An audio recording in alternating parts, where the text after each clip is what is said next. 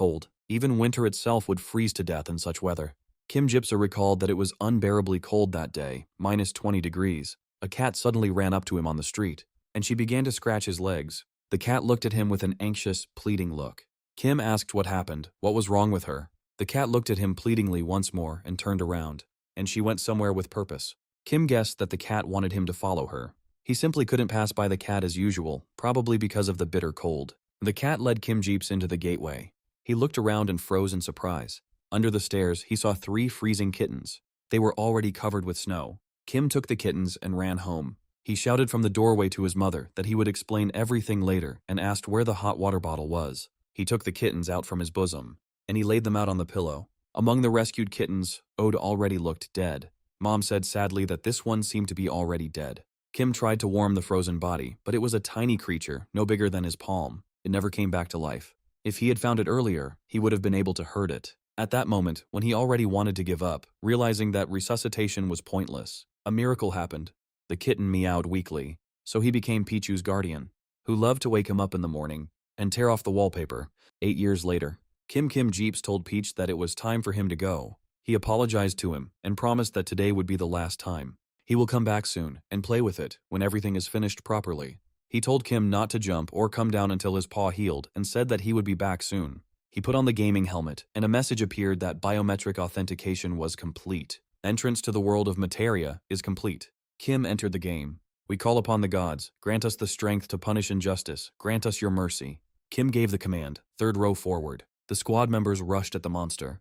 A fierce battle ensued. After long and hard days of fighting, they finally reached the final stage of the battle. Final Flash will be the first raid group to defeat the Colossus of Locke.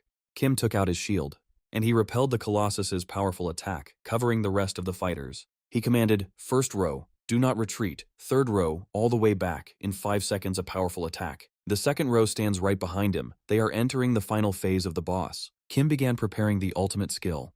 He said it was a last desperate attack. 1st and 3rd rows, stay focused. They will finish him off with 1 hit of the 2nd row's ult. Kim's Divine Shield increased the chance to block an attack by 70% and reflected 40% of damage. The shield skill Sanctuary reduced damage by 50% and Blessing of the Gods healed nearby allies. All previous raids have failed here. They can't hesitate any longer. If they don't take a chance and deal the finishing blow, the entire raid will die. Stick to the plan. They had entered a stage that no raid group had ever reached before. All that remains is for the raid leader's defensive skill to withstand the Colossus's blow. Once this pattern is finished, they go and finish him off. They will be the first to kill this boss. Kim, with the help of his Divine Shield, put up a strong defense, which successfully repelled the Colossus's most powerful attack. But suddenly both Kim himself and his shield began to disappear. The protection was gone. Other players were horrified to see the message that Kim had left the game. The Colossus's attack rushed towards them unhindered. The soldiers shouted, "Captain, where have you disappeared to?" The monster's blow literally swept away the remaining raid participants. Kim received a message that a physical anomaly had been detected and a forced exit had been initiated. It turned out that Pichu had climbed onto his gaming helmet. Kim shouted menacingly, "Pichu, why at such an important moment?" Due to Kim's sudden appearance, the raid on the boss failed, and another guild took the first kill. They lost their rating and fell far behind. 5 months of effort for this raid went down the drain. And then came the tragedy they had all feared.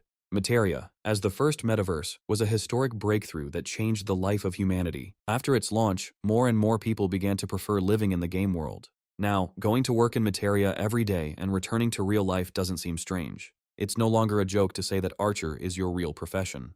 Thanks to this revolution, Materia's top players gained national glory and enormous wealth. Soon after, the law on the promotion of the gaming industry, Article 783-2 Special Act on Boss Raids, was passed. It allows for compensation to be claimed from any party responsible for a major raid failure. Large raids that require a large number of people and promise huge rewards. Now they are carried out under official contracts, as in real life. Based on these contracts, 15 guild members filed a lawsuit for 1.125 billion won. The meeting ended with Kim's decision to pay the mercenaries full compensation. Nevertheless, he was pleased that 9 of his guildmates supported him and asked for leniency. As Kim was leaving the meeting, one of his guildmates called out to him, "Captain." He said he heard that Kim had already sold all his gear. Kim said that yes, it was the only way to compensate the mercenaries. He sold everything with tears in his eyes. A guild member asked why he was trying to play alone now. Wouldn't it be easier to ask for help? Kim replied that since becoming a raid leader, he had spent too little time with his cats. The guild member said that this was very much like the captain and added that he was going to leave the game. Kim said that he was very sorry, it was all his fault. The guild member handed him the gaming device and said that it was a parting gift for the captain. He tried to refuse and said that he could not accept her since everything happened because of his fault. But the guildmate said that he didn't need her anymore and asked to simply accept her. As he said goodbye, he said that the captain had really done everything he could. When Kim came home, he announced to the cats that he was home. Kim wondered what he should do now. All his plans after leaving were based on the fact that he would have all the equipment. Pichu brought a toy, offering to play. Kim said they wouldn't play until his paw healed, but eventually gave in and agreed to 5 minutes. He announced that there would be a warm-up first and began waving the toy. Pichu tried to catch her. Kim thought about how much energy he had accumulated while he was wearing a cast. Kim declared that they were warmed up enough and it was time to start hunting. He will imitate a mouse. These will be perfect mouse movements. And they began an exciting game of hunting. Kim thought that was what being a cat butler was all about. After the game, he began to put the food into bowls. He told the second cat, Lilu, that this was the meat that Pichu had gotten while hunting, and he should thank him. Kim thought that they ended up playing for a full 10 minutes. Playing that much is bad for recovery. He remembered the veterinarian saying that it was not recommended to play for long periods of time during the treatment period. But Pichu has too much energy. If he doesn't play, he gets very stressed. He began to wonder if there was a way to expend energy without active movement. His thoughts were interrupted by the arrival of a notice of a write-off of 1,024,201. What can he do? He has no means to live. His gaze fell on the cardboard box. He opened it and saw that there was a gaming helmet inside. One of the raid group members left Materia and gave him some equipment. Kim reminded Peach that he also played a role in this misfortune, so he should apologize to these guys. He put the box over his helmet. It made it harder to breathe, but at least there wouldn't be any more incidents like this. Kim glanced at his watch. It was already quite late. He told the cats that he would be back soon and put on his helmet. After the incident, chasing ratings is impossible for him, but he still needs to move forward. For the last 5 years, he has been fixated on nothing but ratings and raids without stopping. He lost everything he had achieved in Materia in one night, but now he can relax. Suddenly, Kim saw some kind of glow. He thought that this was because he was not supposed to be reborn yet. Is this really Phoenix?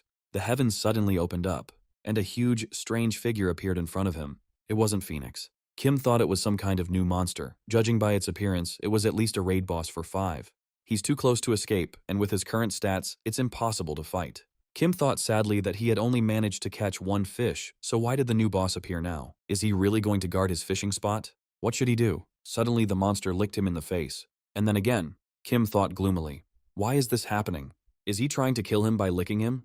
This is disgusting, can't you kill quickly and cleanly? Kim shouted. If you're going to do it, then do it properly. Today is definitely not the day to test his patience, so let him get it over with.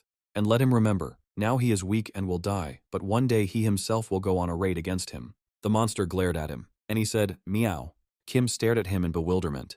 Maybe he misheard it. No, it was definitely a meow, a deep and hoarse voice. Is this monster really based on a cat? But making a cat unlovable is quite unusual. Suddenly, it dawned on Kim. He has a fishing rod in his hands, and in front of him is a cat.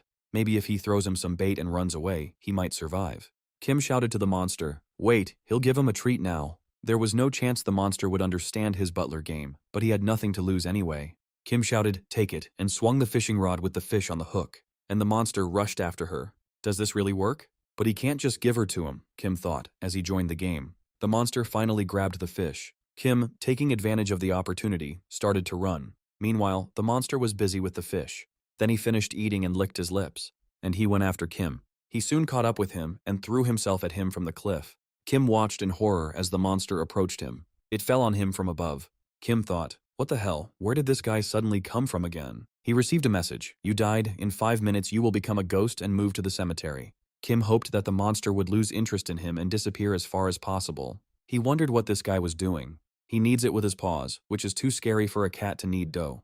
Kim received a message asking if he wanted to be transported and resurrected at the cemetery, but he needs his fishing spot back. How can he solve this problem? He decided to open the map first. Kim planned an escape route, hoping the cat monster had gone far away. But disappointment awaited him. The monster's face hung over his. A huge cat walked around his body. Kim was indignant. Why doesn't he leave and guard his corpse? Is he really waiting for him to come back to life so he can kill him again, that damn cat? Only one solution came to mind. I had to wait until he turned away and resurrect, and then run as fast as possible in the opposite direction from his gaze. Kim looked at the monster, and I saw that he had fallen asleep. Kim thought this was his chance. O agreed with the system's proposal and was resurrected. Then he began to slowly move away. He moved carefully, step by step. But the monster suddenly opened its eyes and rose up behind him. Kim thought gloomily that it was a trap. He tried to escape, but to no avail. The monster swatted him with its paw. The message appeared again that he had died, and in 5 minutes he would become a ghost and move to the cemetery. Kim decided he had come up with a good way to escape from this beast. He would never have thought that military tactical training would come in handy here. Kim came back to life again and thought that this time it would work. He began to slowly crawl away on his belly. The monster continued to doze, but suddenly he felt movement and opened his eyes. Kim froze. Then, seeing that the beast had calmed down, he began to crawl again. But the beast opened its eyes again and growled. Kim thought bitterly. He reacts even to such tiny sounds. The monster licked his face again. Kim thought he was definitely dealing with a psycho. The message popped up again that he had died and would become a ghost in 5 minutes and move to the cemetery. Kim left the game and yelled that this was incredibly annoying. Isn't this madness? He decided that he needed to go to bed, otherwise he would have a stroke from anger. What a stupid mechanic they added to get people mad. Suddenly his gaze froze. He saw Pichu climbing into the gaming helmet. Kim thought that he must have fallen asleep right there. He told the cat that he was a little rascal. He had bought him a shelter house, but he had never used it. Suddenly, a strange premonition arose in his head.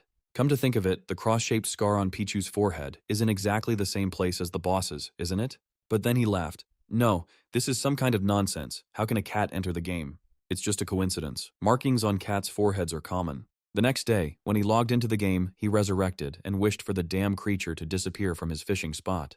Looking around and seeing that there was no one, he was glad. It seemed the monster had gone away. But then a familiar roar was heard from behind the rocks. A huge monster appeared in the sky and landed next to him. He brought his huge muzzle with the familiar cross-shaped mark on his forehead closer to Kim and said, "Meow." Kim thought he had no more strength to catch this lava trout, and to hell with this disgusting world. The monster arched its back like a cat, and he turned his back to Kim. He was stunned and thought, "With your ass towards me," and then a message came that he had been chosen. Class, Butler. Kim was surprised. Why was he chosen as a butler so suddenly? A message appeared. The power of Kalinus descends upon an entity named Kim Gypsa. Kim screamed. No, he hadn't even heard of the butler class. Were they really forcing him to change his class? What's going on anyway? First came the report of dark energy being used on Kim Gypsy, then that the application is complete. And finally, you became a butler. Kim thought anxiously. The class really had changed, so what about his character, Paladin? Suddenly, a voice in his head said, "Butler, can you hear my voice?" Kim thought it was the voice of that giant cat, speaking right inside his head. The voice continued to say that he was a conqueror who had come to paint this land in darkness. His great name was Kalinus. Kim asked if he had to speak in that position, as if he was listening to a story from his ass. The cat reported that when he was summoned into this world, something went wrong. His body does not move according to his will. Kim thought it was a random event quest and asked Kodo what he wanted him to do. After reviewing the list of duties, he saw that he was entitled to a reward, Oro, and asked what it was. The huge cat only meowed in response. Kim looked at him in surprise, and then he slapped the cat on the butt. He indignantly asked what he was doing. Kim continued spanking and said, he suddenly appears, forcibly changes his class, and now asks for help.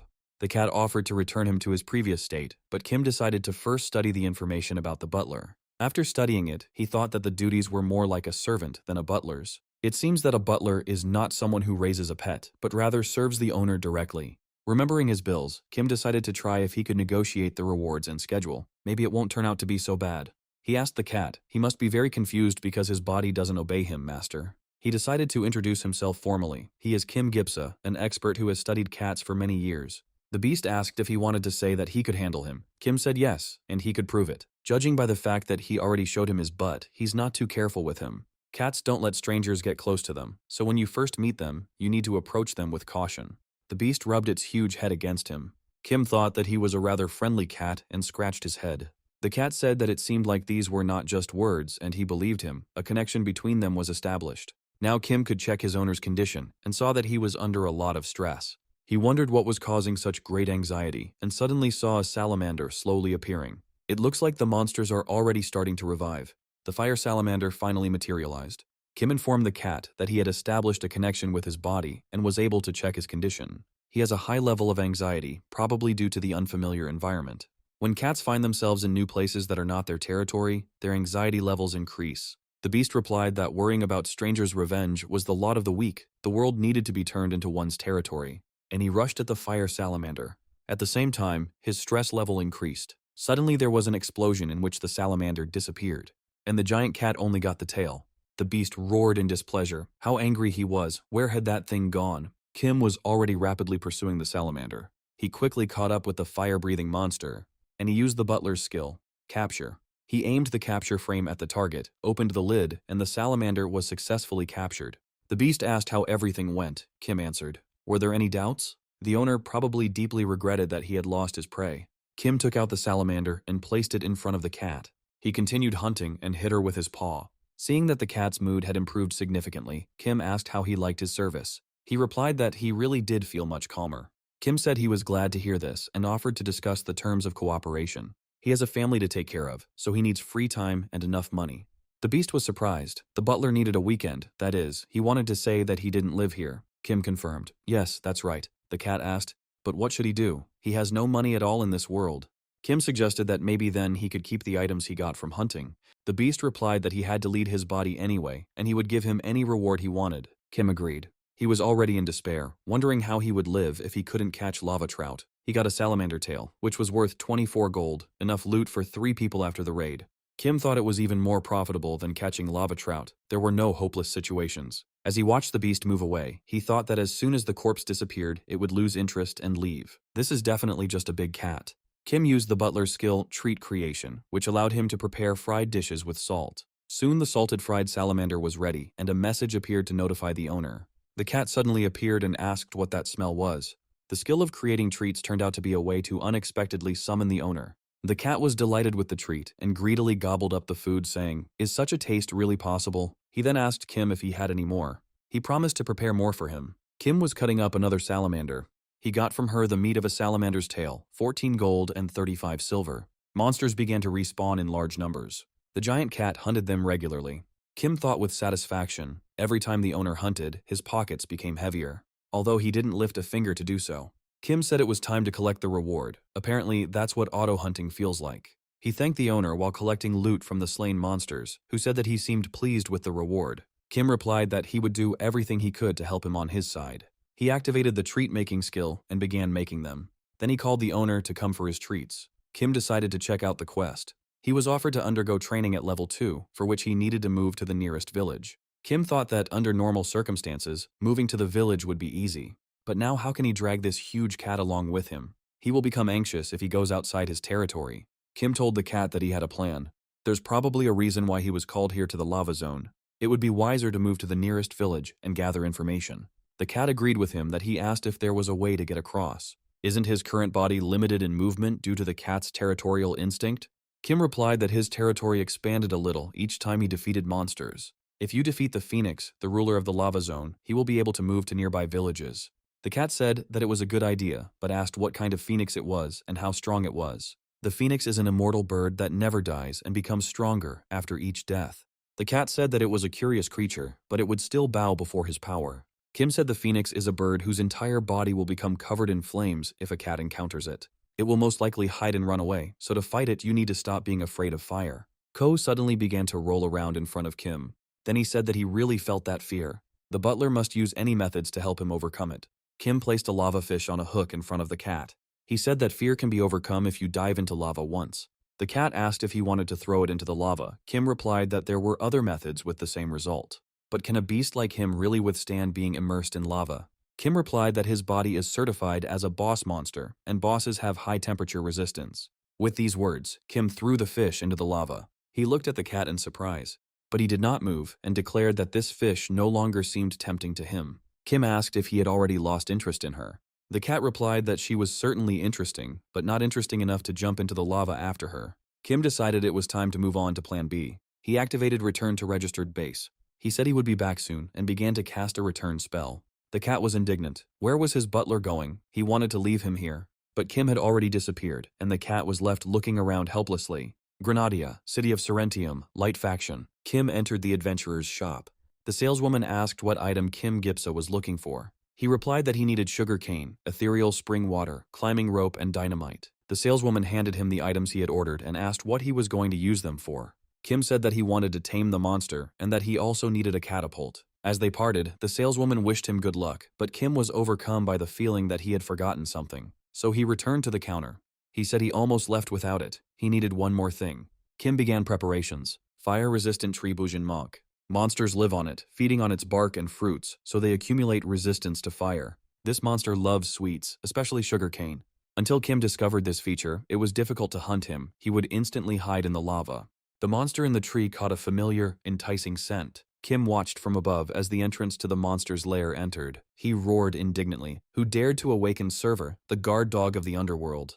The monster began to approach the sugarcane that attracted him. Kim watched him from above. He kept ethereal spring water ready, which could extinguish even the fires of hell. He thought that if he had to choose a cat's favorite prey, the first place would undoubtedly go to the mouse. Fire Mouse, level 33, uses fire magic and enlargement skills. The monster squealed indignantly. What did he do to him? Kim turned to him. Little squeaker, he is always so cute. He was indignant. How dare he call him that? But Kim said that he was even cuter when he looked menacing. The monster said menacingly that he had no idea how terrifying he became when he got angry. If he apologizes, he will spare him, but only because he gave sugarcane. Kim laughed and said how charmingly insignificant he was. The monster thought that the enemy was too calm, but he was wet and could not use flame. He menacingly declared that he had nobly given this impudent creature a chance to stay alive. Then he turned around and tried to run away. As he said goodbye, he said that the next time he saw him as a corpse, Kim shouted at him, "Wait!"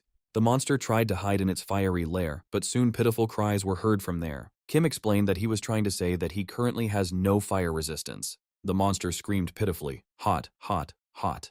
Kim, watching him, said that he was going to die laughing. There was a message that he can use Oro to turn monsters into minions. Kim returned to the cat carrying a plate with a lid. From there came shouts, "Hey, what is he going to do with him? Where is he taking it?" Kim replied that he was a sacrifice he was making for his master, so it was better for him not to talk.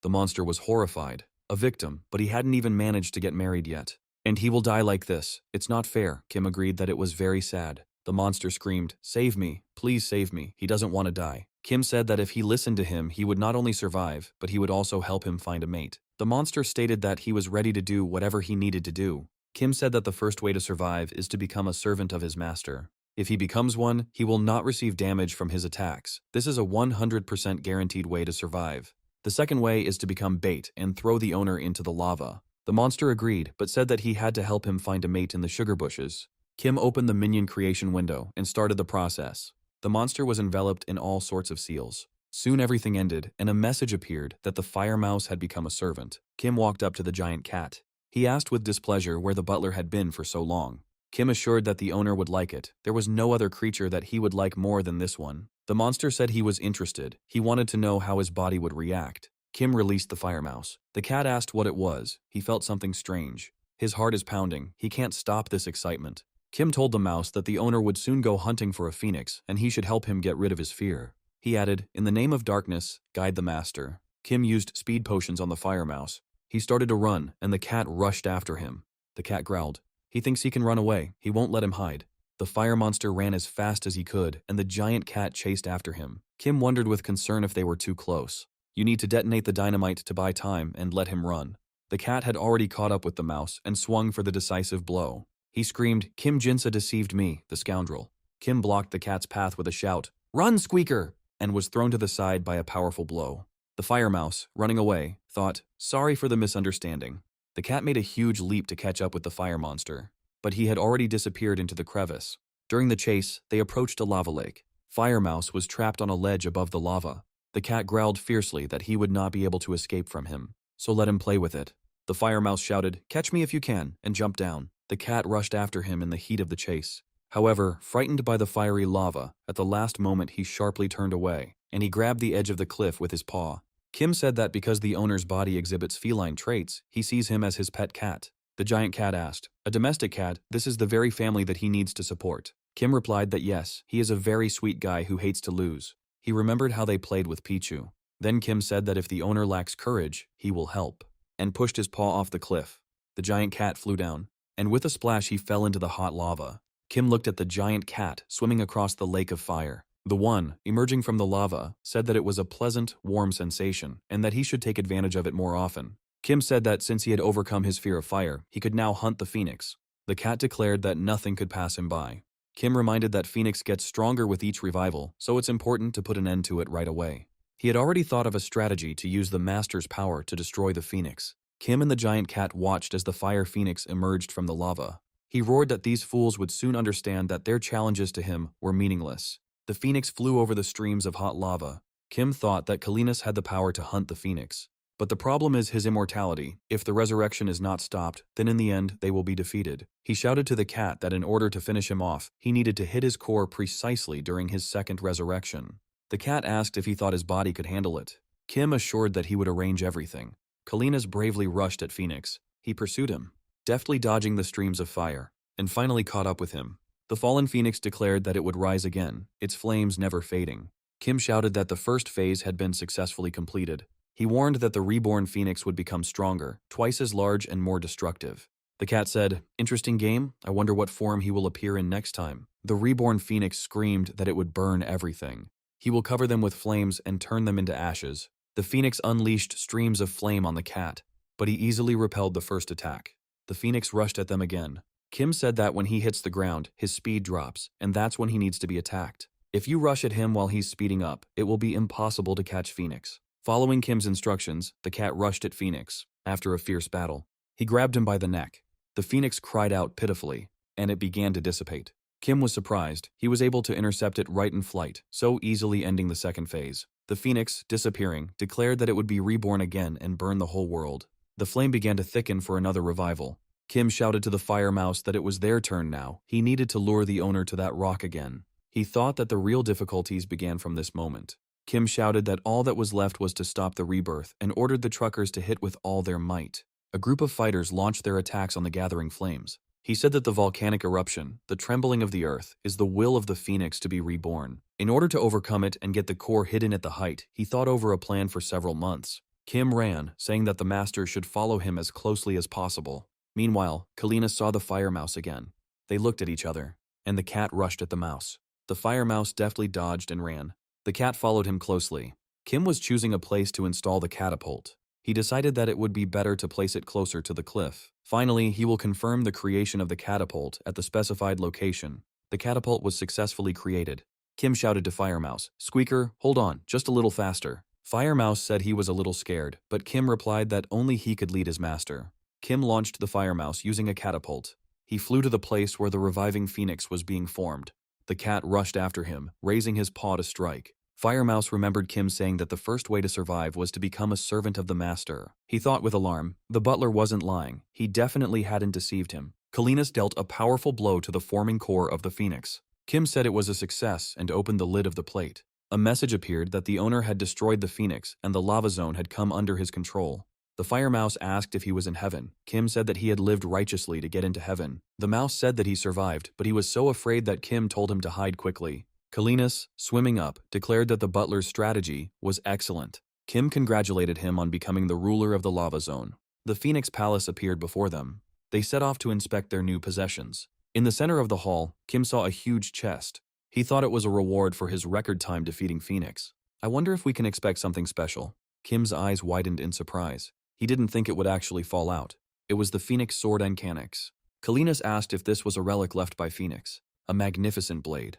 Kim thanked the owner and said that, as they had agreed, he would take these things for himself. But the cat said, "Wait, it might be a bit hard for him to hold it." Kim asked, "They had already signed an agreement. Does he really want to break it?" Kalinas replied that he kept his promises. He was more interested in this fire, and he pointed to the immortal flame. Kim said his cats also like the red color, and sometimes he lets them play with it. He said that he would then take these things. Kalinas agreed. Take them. Kim decided to quickly put the things away in his inventory before Kodo changed his mind.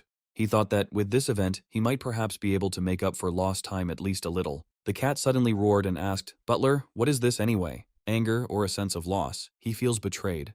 Kim replied that he probably felt like his hunting reward had been taken away when the items disappeared.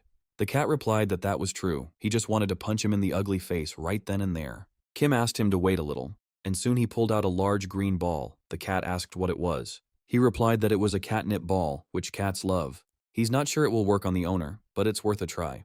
Kalinas began to play with the ball, making meowing sounds. He stated how wonderful it was. Kim said with relief that the cat, fortunately, seemed to have calmed down. One time at an event, he bought a cat costume that came with a catnip-scented candle. Who would have known that it would be so useful? Kim told the cat that he wanted to repay him for everything he had done for him and asked him to wait a little. He went to the auction and asked for a list of recipes for dishes based on meat or fish. It turned out that his culinary skill level was too low, so there were almost no recipes available. He decided to invest points to increase his rank to Supreme Master Chef. How much work had to be put in to accumulate the startup capital, and now it is paying off. Now he will be able to cook something truly delicious for his owner. Kim also decided to check the price of the Ankinix sword at auction and saw that a year ago it cost 13,400 gold. He thought that he was popular a year ago, but now his characteristics are weak for hunting. But its rarity has increased, and collectors are seeking it, so he asked 14,000 gold for the sword. The sword was immediately sold, and Kim regretted that he had not asked for more, but one cannot keep the owner waiting. He paid 9,450 gold for the research and received the rank of Supreme Master Chef. The cat asked what his butler did, and he replied that he studied cooking to repay his master. He used the butler's skill to create a skill.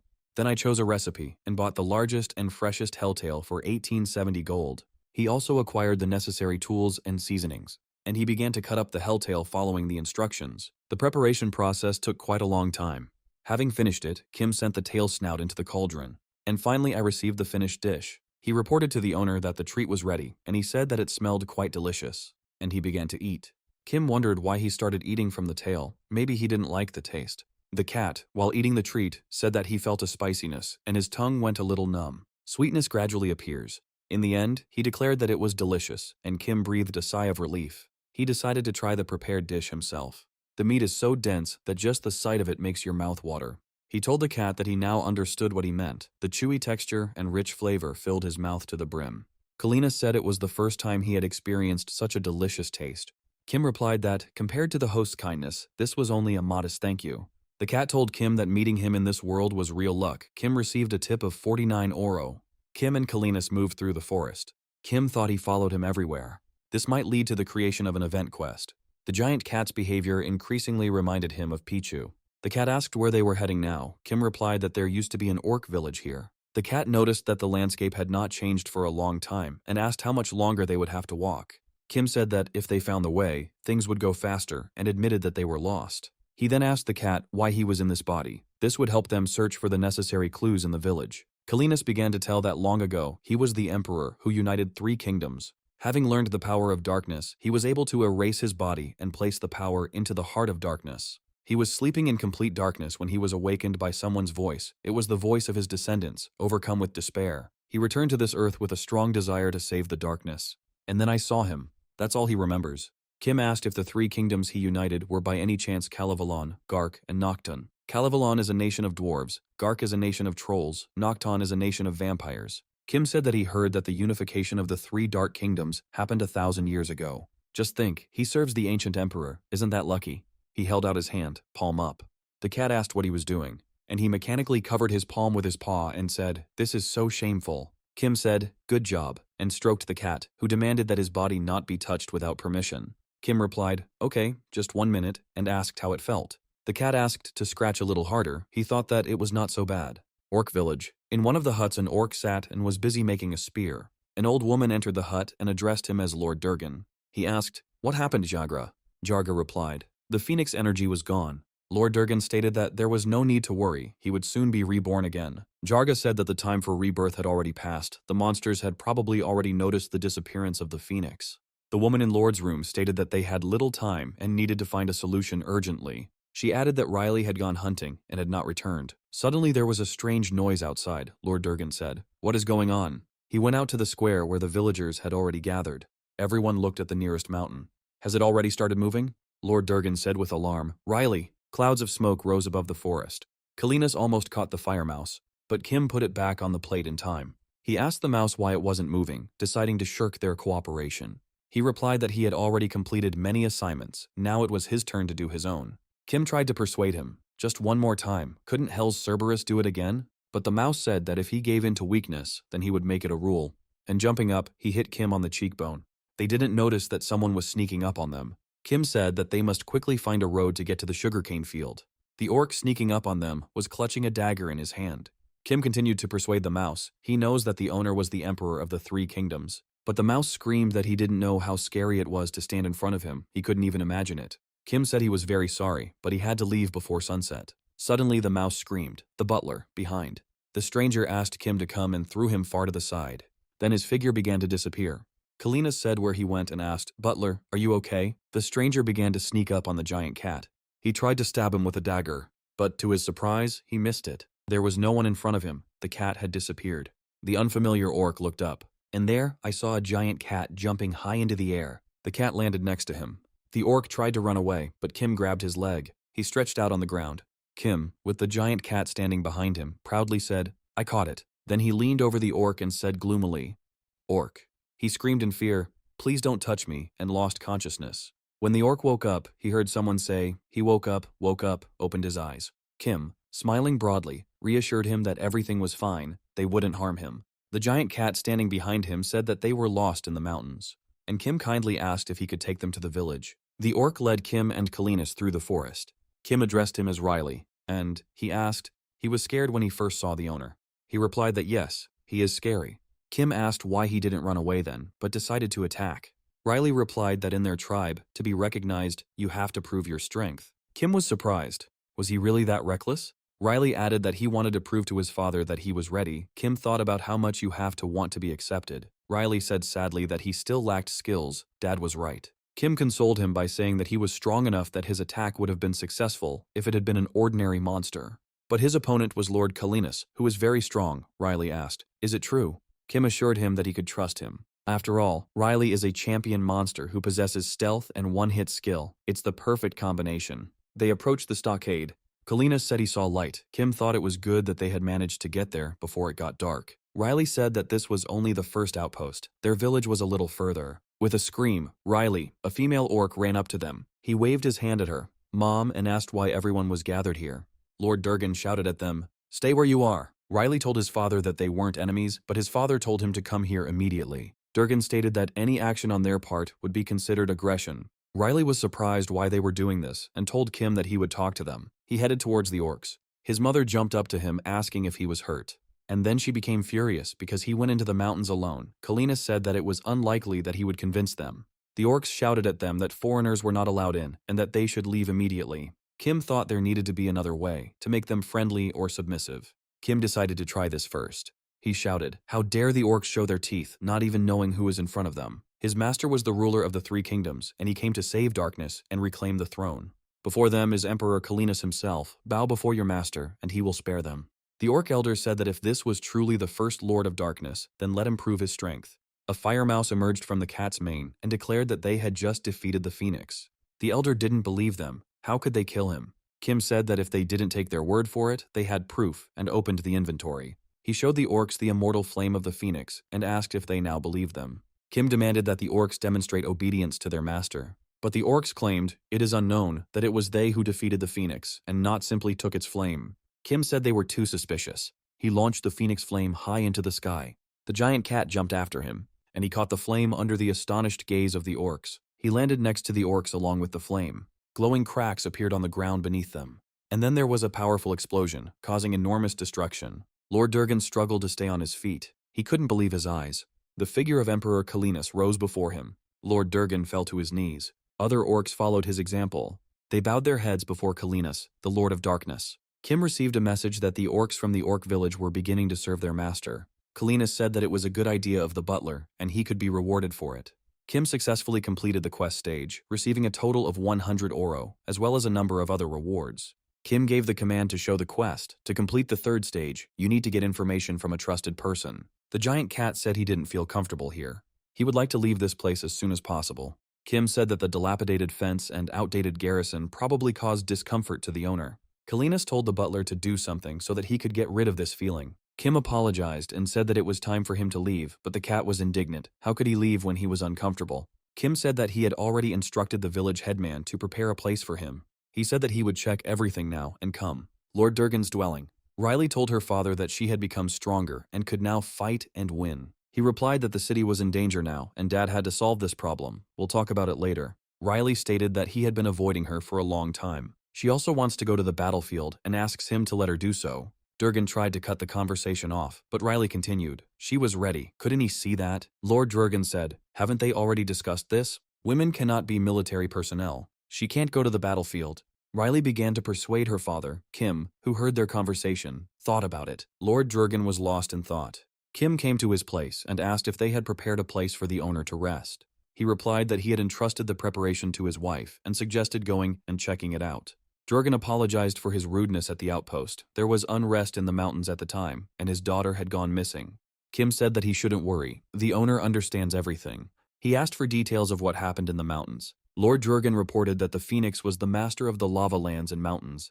The monsters here looked back at Phoenix, and their activities were limited.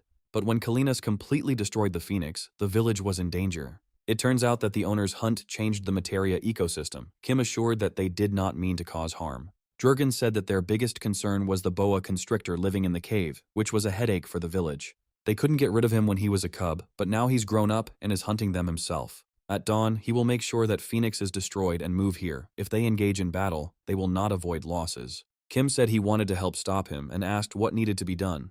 Lord Jurgen asked who Lord Kalinas was. He was the one who would protect those under his rule. Kim thought the orcs were a dumb race that sought battle, but Jurgen proved himself a level-headed leader. He said that he would tell the owner about the situation himself. If the snake was of a lower rank than Phoenix, he would easily deal with it. Lord Jurgen asked, "He will definitely do it." Kim replied that the owner would protect the village, he thought. Let's kill the boa constrictor and win his favor. Jurgen assured them that they would not forget this favor for the rest of their lives. Then his wife approached. The wife said that Mr. Kalinas had a very large build, so they arranged everything outside, and she invited Kim to follow her.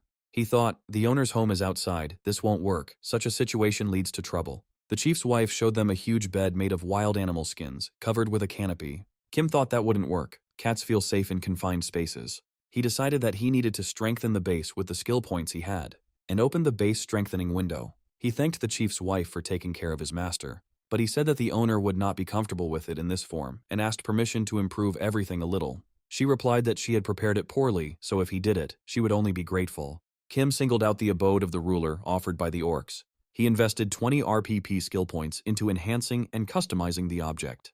Kim thought that by pleasing the owner with his cooking, he would receive more RPP tips. That's why it makes sense to invest heavily now. He knows exactly what kind of house will suit its owner. Kim described in detail what type of housing was needed, made the final adjustments, and he started the process of improving the master's housing. He was informed that 57 RPP skill points would be spent on the upgrade. Kim and the orcs watched as a dwelling was built for Kalinas. Soon, a rather oddly shaped building appeared before them. Lord Jurgen asked if this was divine magic. Kalinas came up and asked if this was his bedroom. He made a powerful jump, and he sat down on the very top platform of the building. Kalinas said, "Excellent, he really likes it." Kim reported that the master liked it. The chief's wife said that the butler did a great job. Lord Jurgen said that he was glad that the master liked the dwelling. If anything, the path immediately calls him. Kalinas jumped from the upper platform and entered the closed part of the dwelling, where he sprawled on the spread-out skins of wild animals. Kalinas asked Kimu, who had entered his lair, and he extracted information from them. He replied that it looked like a huge boa constrictor would show up here tomorrow. To earn their trust, you need to get rid of the snake. The orcs won't give you information just like that. Kalinas asked how strong the boa constrictor was. Kim replied that he was hiding from Phoenix. They could handle him. The cat added that the room, although cramped, was cozy. He was happy. Kim received a reward of 120 RPP. The fire mouse became worried. Python, horror, they will fight again, like last time. Kim asked the mouse if he could help at least a little, but he flatly refused. Kim did not insist. He stated that now he had another way. He said goodbye to Kalinas and left the game. Kim took off his gaming helmet and sighed with relief. Recalling what happened in the game, he said that he hadn't had this much fun in a long time, and what happened to him anyway. Lulu interrupted his thoughts with a loud meow. Kim asked her anxiously what was wrong. She was not usually one to speak up often. He saw that the food in Pichu's bowl was almost untouched. Kim looked at Pucha, who was lying under the gaming helmet, and asked, "Pipin hasn't eaten at all." He wondered why he started sleeping more and took the cat's temperature. Looking at the thermometer, he said, "No fever, but I feel lousy." Kim picked up the cat, and he said that it was enough to sleep. It was time to get up. And then he asked, "He won't eat." Pichu started eating. Kim also started eating and decided to clarify some details about the game. He found information about a snake from the forest lava zone. The king serpent possessed the strength with which he could even defeat the phoenix, and it was no wonder that the orcs feared him. Kim said that the snake turned out to be no weakling, but rather prey that the owner would be very pleased with. He decided to play with the cat and was wondering which victim to choose to play a great game.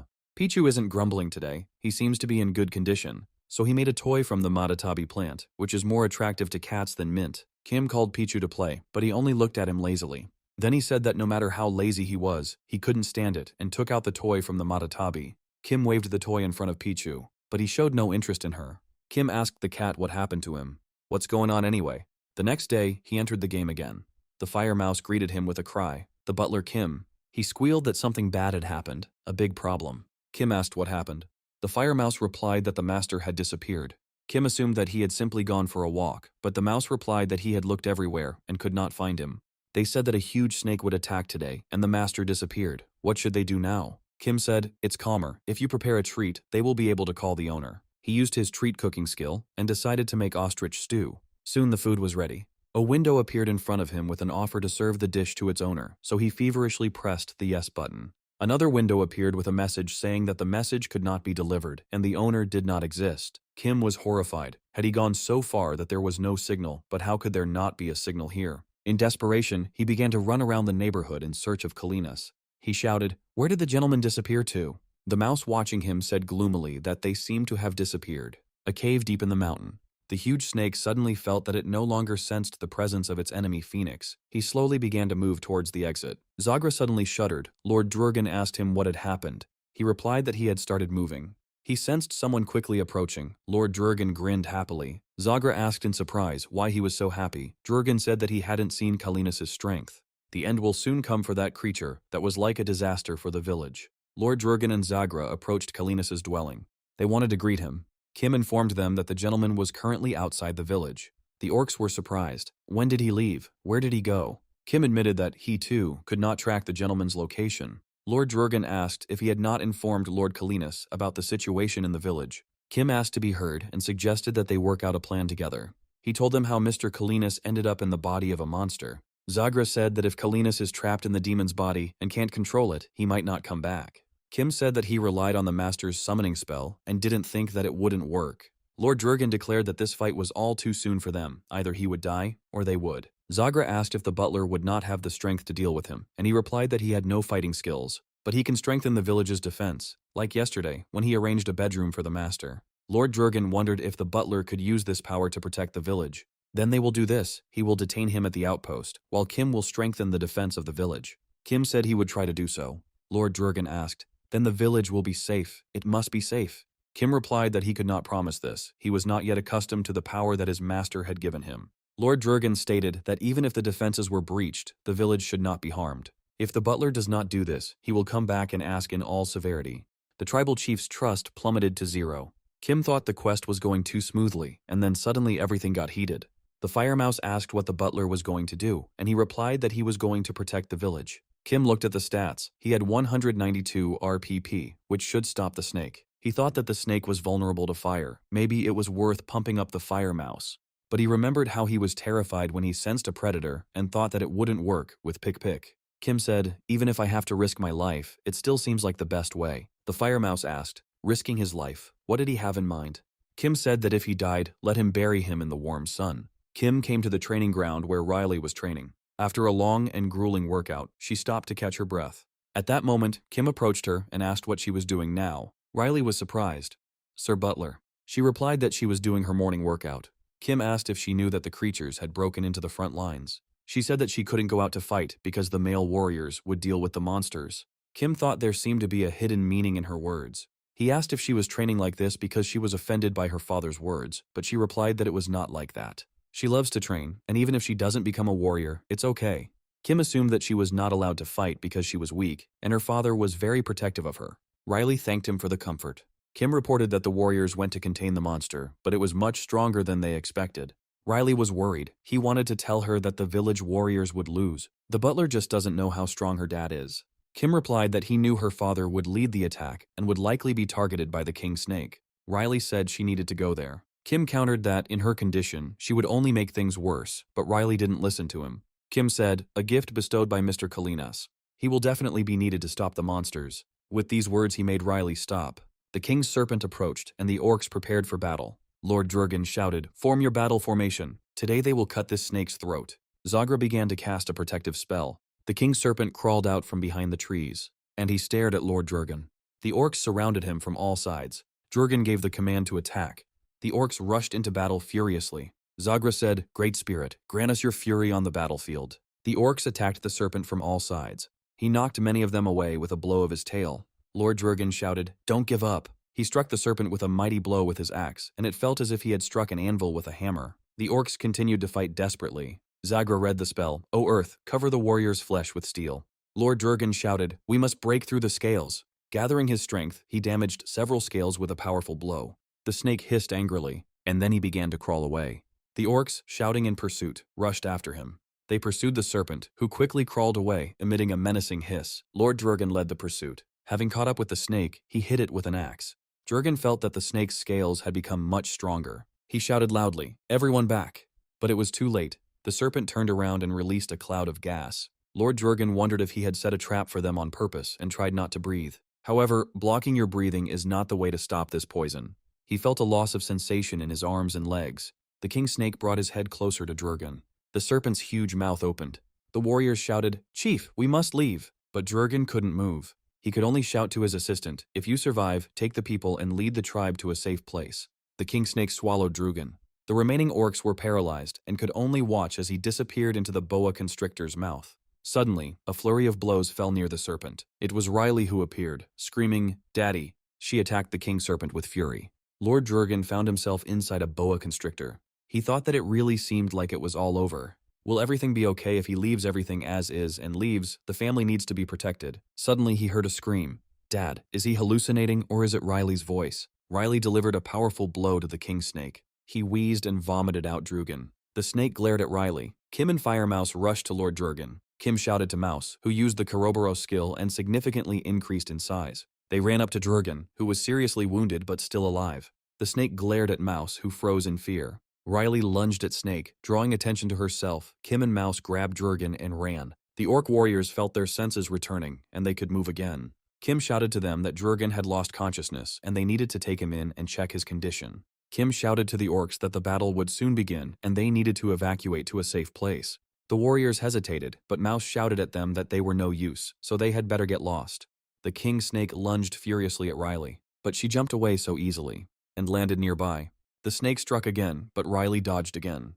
The snake moved very quickly, but she was even faster. Riley quickly attacked the snake, but she missed and fell nearby. She said sadly that she could not get used to the speed. Lord Jurgen came to his senses and asked, "He is not dead. What happened?" Mouse said he barely managed to drag him on his back, and Kim said he briefly lost consciousness from shock. Jurgen asked who was fighting with the boa constrictor. Mr. Kalinas returned. Kim reluctantly replied that it was his daughter who was fighting the serpent. Lord Jurgen became furious and cursed foully. What are they even doing here? Fire Mouse tried to calm him down by telling him that he was injured and should not overexert himself. Jurgen screamed, "Damned bastard, why did he bring his daughter to certain death? Riley, you can't beat him alone." Riley, meanwhile, was fending off another attack from the monster. They easily dodged the blow, and she started running.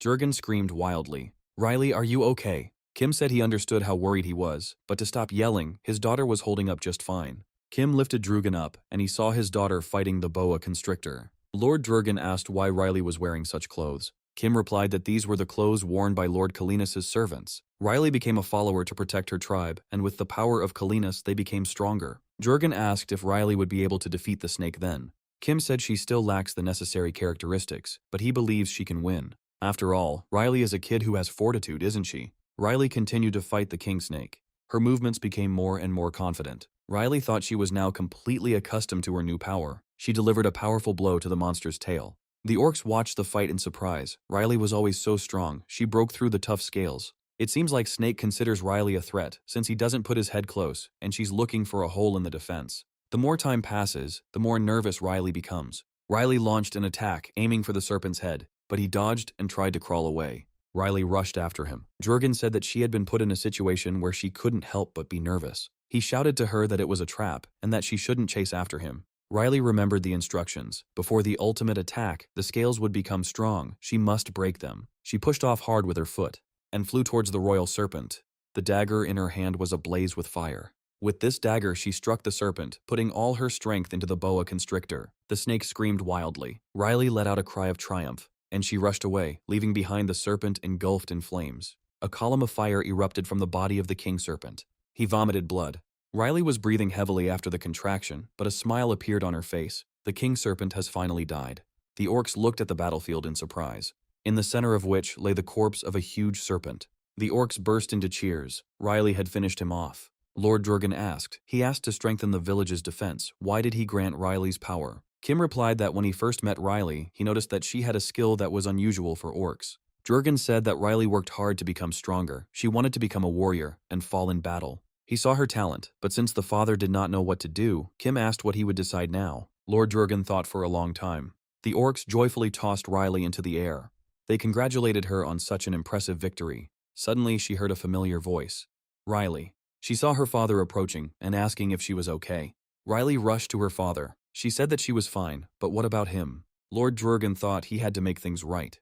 He told Riley that she protected the village. Now, no matter what anyone says, she is the best warrior of the tribe.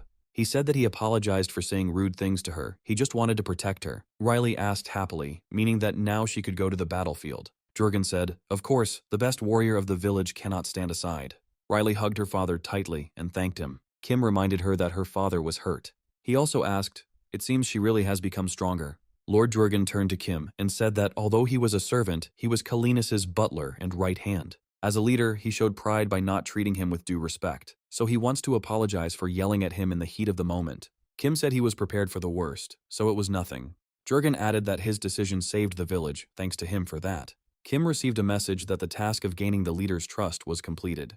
Kim thought they were lucky they were able to stop him by some miracle. Good thing he had tips at RPP. But this time it was just training. Does this mean that such things will happen all the time? It looks like the butler's job won't be easy. I'll have to choose the fatter tips to survive. And to do this, the scene needs to end beautifully. He shouted to the orcs to raise their heads. Kim said loudly that the power that Mr. Kalinas had given him contained the will to protect them all. As his servant, he passed on that power to Riley, so today's victory is a favor from Lord Kalinas. Kim cried out, "Let us praise Lord Kalinas." The orcs unanimously picked up the chant, "Glory to Lord Kalinas, long live Lord Kalinas." As everyone returned to the village, Kim told Mouse that his bravery had moved him to tears. The mouse replied that he could consider his help to be over. Kim noticed that he had already found out where the field of sugar trees was. Mouse perked up. "And where is it?" Kim said that they still had business in the village. They needed to ask the orcs about Mr. Kalinas. Suddenly Riley called out to him. She said she wanted to ask him something. Recently her sword burst into flames. When she first struck, the scales seemed impenetrable, but thanks to the power of the fire, they were able to penetrate. She had never felt this energy before. It felt like it didn't belong to her. Kim said it was her flame. The power she was given simply awakened her potential. Her tribe has an innate affinity for fire magic, and Riley said that this power is truly hers. He also told her father that if he gave this power to another warrior, he would not be able to pierce the scales. Riley asked, "This is also true, I just can't believe it." Kim replied that he had assessed the abilities of all the warriors in advance, and she should not underestimate herself. Riley said she thought he only did it so the other warriors would acknowledge her. Kim wondered why she thought he was so good that he could hang her upside down over the cauldron again. Riley smiled sheepishly. Then she said goodbye to Kim. As she ran away, she said that from today on, she would train even harder. Kim remembered studying her characteristics. With them, she wouldn't be able to break through the king snake's defense. But he didn't have enough RPP to increase her power and understand her level. Therefore, he decided to use the essence of the immortal flame, which gave additional fire damage. But if you give such power to a character who is used to achieving everything through hard work, she may decide that all her training was in vain. Kim decided that he would have to explain all this to her somehow better. Watching Riley run away, he said that everything turned out very naturally. Great. Orc village, home of the tribe's leader. Kim reported that the gentleman was telling that the descendants, thirsting for salvation, awakened him from his sleep. Lord Jurgen said that perhaps it had something to do with the kingdom of Nocturne. Nocturne fell under the onslaught of Serentium and found itself on the brink of destruction. Rumors reached him that they were trying to revive the power of the ancient emperor. Kim said that then everything fits together. This force is undoubtedly Mr. Kalinas. But why did the gentleman end up here, so far from Nocturne? Jurgen replied that there was a mysterious altar near the volcano, and perhaps that was where Kalinas was summoned. Kim said it was right on the way to Nocturne. Worth a look, although it was better not to go near the altar. Jurgen reported that the exact location of the altar is unknown, but the path to it lies through underground tunnels. The information search task was completed, the third stage of training was completed, and the main quest became available to him. The real journey begins. The mission of the Kingdom of Nocturne is open, to find the summoner.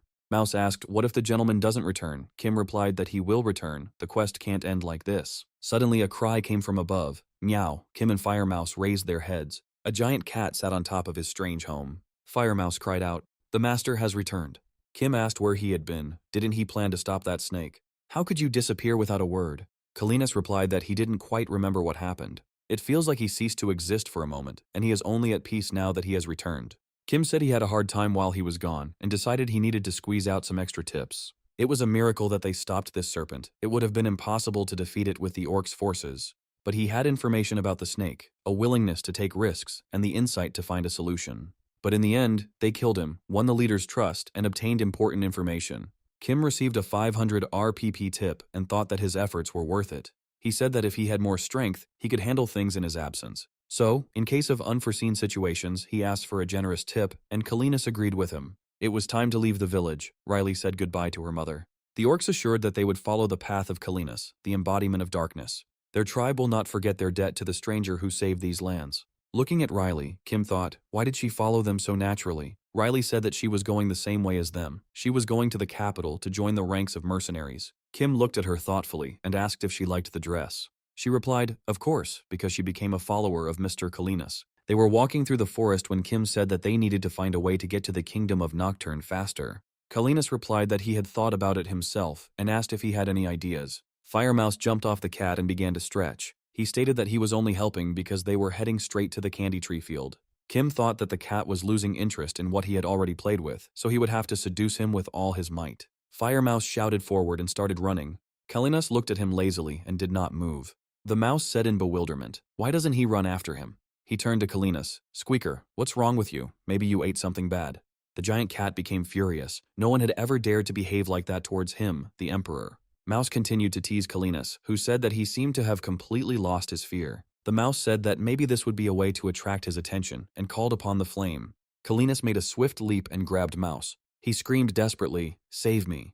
Kim said that at this rate they would never reach the candy forest, but he had an idea. Entering the menu, he recalled all his subordinates.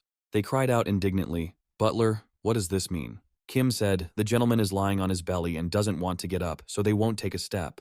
But if you reduce the weight, it won't resist as much. Kim climbed on the cat and asked if the master felt any pain from him climbing on him. Kalinas replied that he didn't feel its weight, but the fact that someone was sitting on him was irritating. Kim said that there was no other way out. He would have to endure it, Kalinas asked. He should not control it. Kim said he could just walk forward, and if he came to a fork in the road, he would point him in the right direction. Kalinas agreed and said he expected him to do a good job. They moved forward, and Kim thought that even his light step was incredibly fast. A winged lizard was flying towards them. Kalinas couldn't resist and rushed after him. Kim tried to stop him and shouted that they were actually going the other way. The cat finally caught up with the lizard, Kim said. What to do now? Kalinas asked if he couldn't go where he needed to go, then prepare the delicacy and summon him. Kim said that if they did this in the forest and something went wrong, they might never meet. He looked at the skills he had and saw that he could reduce the gentleman behind the RPP. Kim claimed to have found a solution and opened the window to reduce the gentleman. He engaged in the process of reduction. There was a pop, and Kalinas turned into an ordinary cat. The cat looked at Kim and meowed. Kalinas said he felt like everything around him had become incredibly huge. Kim was surprised. Crazy, he really did become an ordinary cat. He opened the window of the transport and thought that riding alone would be the fastest way. But in the end, I decided to choose a carriage. Kim, while driving the horses, asked his comrades how they were enjoying the ride. Riley said it was just wonderful, and Kalinas said it was very comfortable. They continued their journey by carriage. Suddenly, Kim stopped the horses abruptly. Kalinas looked at him questioningly. Kim shouted to the fire mouse, Squeaker, we've arrived. He jumped out of the carriage, and he froze in admiration. A forest of sugar trees stretched out before him. Kim waved his hand at him and said, Goodbye, Piskun, and he became angry. Wasn't he too happy about their separation? The mouse shouted, Stop pretending. He promised not only to take him to the candy field. He also promised to introduce him to a beautiful female. Kim asked if he really promised that. Mouse shouted, Don't pretend you've forgotten. Suddenly they heard a desperate cry, Help! A huge bird of prey was chasing a small mouse. The mouse ran with all its might, trying to save itself. She ducked into the thicket of candy trees. Fire Mouse's eyes lit up. He shouted to Kim, Goodbye, Butler, and rushed after her. Kim shouted after him, Goodbye, Squeaker. Kalinas asked, That's how you said goodbye. It's a pity. He was a funny guy. Kalinas said that driving the carriage was tiring and that they should rest before the journey. He added that everything was fine, of course, but where were his snacks? Kim realized that the cat just wanted to eat, and he asked him what he would like. Kalinas replied that last time there was fish, so now he wants meat. Kim decided to cook the king snake meat he found in Riley's bag. He just remembered a recipe that would be perfect for this meat. Grilled marinated eel. Kim activated the butler skill, snack preparation. Kalinas cried out impatiently, Meow! Meanwhile, Kim was choosing ingredients to prepare the dish. He remembered that Pichu meowed in the same way when he asked for food. Here he could try food that he couldn't eat in the real world. If Pichu is online right now, he'll definitely be able to taste that spicy flavor. It would be great if he could feed him all sorts of goodies, and they would spend time together in this world. Kim wondered how his kids were doing now. The little mouse desperately ran away from the bird of prey. Fire Mash followed them. The mouse fell and looked in horror at the approaching bird. Fire Mouse tried to drive her away with rings of fire, but this did not stop the bird of prey, and it swooped down on the mouse. Fire Mouse rushed to help with all his might. The bird caught up with the mouse and almost grabbed it. Fire Mouse used Cerberus's fire barrier skill. The bird was engulfed in flames and tried to escape, but soon she fell and died.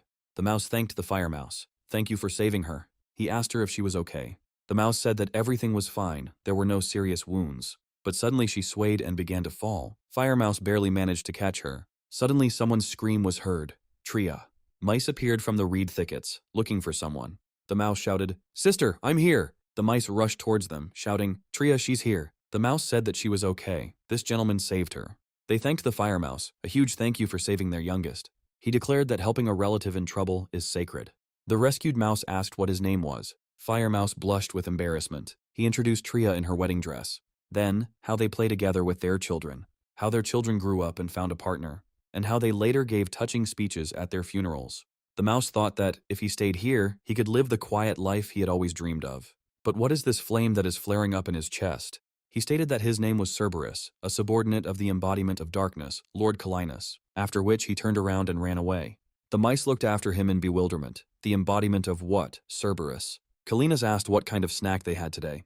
Kim replied that the dish was a grilled marinated eel recipe that was popular in his world. He said there was too much here for him alone, so he and Riley would help him. Kim placed well-fried meat and rice on a sheet of greens, added vegetables and sauce, and he wrapped the filling in a leaf, like an envelope. He said that it was called SSM. Kim said that the marinated eel in this form is simply delicious. He handed the SM to Calinus, and he asked, "It's much tastier this way." Riley said it was incredibly delicious. She is so glad that she went with them. Kim replied that this food was prepared for the master, so he should thank him. Riley thanked Callias and then turned to Kim with concern. She said he looked unhappy. Kim replied that it might seem that way from the outside, but he makes that face when he is extremely pleased. Kalina said dreamily that at first the nose was tickled by a sweet and salty aroma. As soon as you take a bite, the taste of the tender meat is revealed, and the sweetness of the marinade emphasizes this taste. Kim received a 45 RPP tip and said he was glad to see he liked it. Suddenly, a relieved voice was heard. They hadn't left yet. A fire mouse emerged from the thicket. Kim was surprised. "Squeaker?" Riley asked. He came back. Mouse said that he had returned to pay his respects to the master. Kim asked, "Where is that cutie?" Finding himself at a crossroads where he had to choose between her and the master, he decided to become his subordinate. If he accomplishes great deeds side by side with the embodiment of darkness, he will gain incomparable glory. Kim apologized and said that they would hardly be able to take him with them. Mouse indignantly asked why. They will soon leave the Phoenix territory, and it will be dangerous in places where high-level monsters live. Fire Mouse said that the butler need not worry about this. He had a solution. He just needs to get stronger. He added that he didn't want to be a frog in a well. He was ready to do anything just to go with them. A voice was heard. "Mr. Cerberus, so you are here." 3 mice emerged from the thicket. Fire Mouse was surprised. They were looking for him, but why? Tria said that a flock of eagles was circling nearby and hunting them. Could he help them? The Fire Mouse sighed sadly. They are asking for protection. The minis said they would like them to exterminate the eagles. They live in constant fear and hunger. Kim remembered Jurgen saying that the path to the altar was through underground tunnels, but they were difficult to find. He turned to the mice and said that since they were already here, could they help them find an underground tunnel on this plane? Tria said that the underground tunnels are their home. If they are helped, they will gladly show them the way. A flock of eagles soared high in the sky. Suddenly, the leader caught some movement below. This group of mice was running across the field. The leader gave the command, and the whole flock swooped down. They flew straight towards the running mice. Riley charged into the fight with fury. Fire Mouse joined her. Both used their fire skills against the birds of prey. Riley killed a plains eagle and received 2720 experience for it. Then another one. Sieber killed a plains golden eagle and received 1380 experience. Another golden eagle caught fire from his attack. Soon everything was over. Kim received a message that the level of Cerberus and Riley's subordinates had been increased. Tria looked at Fire Mouse. She addressed him as Mr. Cerberus. Doesn't he want to stay here with them? Fire Mouse's cheeks turned crimson. He said they had just met, but strangely enough, she seemed to have already stolen his heart. Kim, Riley, and Callias watched them closely. However, he has his own path. Ah, if only they met after his journey ended. Fire Mouse said goodbye, and thought to himself that he loved her. Kim asked the mice if they knew where the tunnel to the summoning altar was, and they replied that they did. Tria thought, he is strong, and she wanted to ask him to protect the village. What was he thinking of? The mice led them to the entrance of the tunnel and told them that when they came out of it, they would see an altar. Kim thanked them and waved goodbye. Then Kim said to Mouse, Cerberus, you've made your decision, and stated that they needed to have a serious talk. He asked, he calls him by name only when the conversation is serious. Oh well. Kim said that he had originally planned to use him as bait for the master. He runs away from it, latches onto a target, and then he calls it back when the master attacks the enemy. The mouse asked if the butler wanted him to continue performing this role, and Kim replied that he did. Cerberus was indignant. He wanted to get rid of him because the master had lost interest in him. Riley asked if she could give Cerberus another chance, and Kalinas agreed, saying that throwing him out was too cruel. Kim told Cerberus that he was not going to force him to do something he was afraid of. He wanted to thank him for his work and part ways, but he came back and wants to remain his subordinate. If he wants to stay, he will have to become stronger than before, both physically and mentally. Cerberus stated that he would try to cope. Kim told Riley and Cerberus, rookies, we have 3 training sessions today. Today's training will be very difficult. He hopes that they can handle it. Kim yelled. It was clear to everyone. Cerberus got involved. What was there to yell about? Kim will bark. Cerberus. Did this laggard just start talking to the commander on a first-name basis? Cerberus screeched. Wait, first explain what's going on, sir. Kim sternly stated that he was to strictly follow the rules during training if he wanted to remain Kalinas's subordinate. Cerberus was indignant. Why such strictness, and why was he lagging behind? Kim roared. He was losing his status as a subordinate and could return to the volcanic lands. Cerberus thought that he had to be patient. He couldn't come back like this. After all, he had abandoned the candy forest and that cutie. He shouted, I'm guilty. Let me correct myself. Kim stated that in tactical training, military discipline is the most effective tool. Riley, who wanted to become a mercenary, said it would be a great experience, a real army. Kim praised Riley. She has a great attitude. You can tell she's an excellent student. The first is maintaining the master's interest. The second is strengthening the spirit. The third is tactical interaction. He asked, is everything clear? Cerberus replied, yes, sir, everything is clear. The first exercise is training to maintain the master's interest in Cerberus. Kalinas stated that he had already lost interest in him. Kim asked if he was not curious about his flame. Kim said to the cat, let me show you what this squeaker can do now. Kim commanded to get ready. Cerberus summoned his flame and responded, ready. Cerberus said that he wasn't afraid of the smaller gentleman at all. Kim praised him. Excellent mood. Kim said that his task was to entertain the master. Cerberus activated the flame and ran. Kim shouted at him to give it his all and reminded him that his subordinates would not take damage from their master's attacks. Let him tease him. Balancing on the edge, he must ignite the hunting instinct in the master. Kalinas stepped on Cerberus's tail with his paw and knocked him down. Kim said it was time to give the master a reward for a successful hunt, and he ordered Cerberus to depict the victim's death as pitifully and realistically as possible. Kim said to Cerberus, great job, now the finale. Cerberus pulled out a ball from the mint, which Kalinas stared at. He came up to it and sniffed it with interest.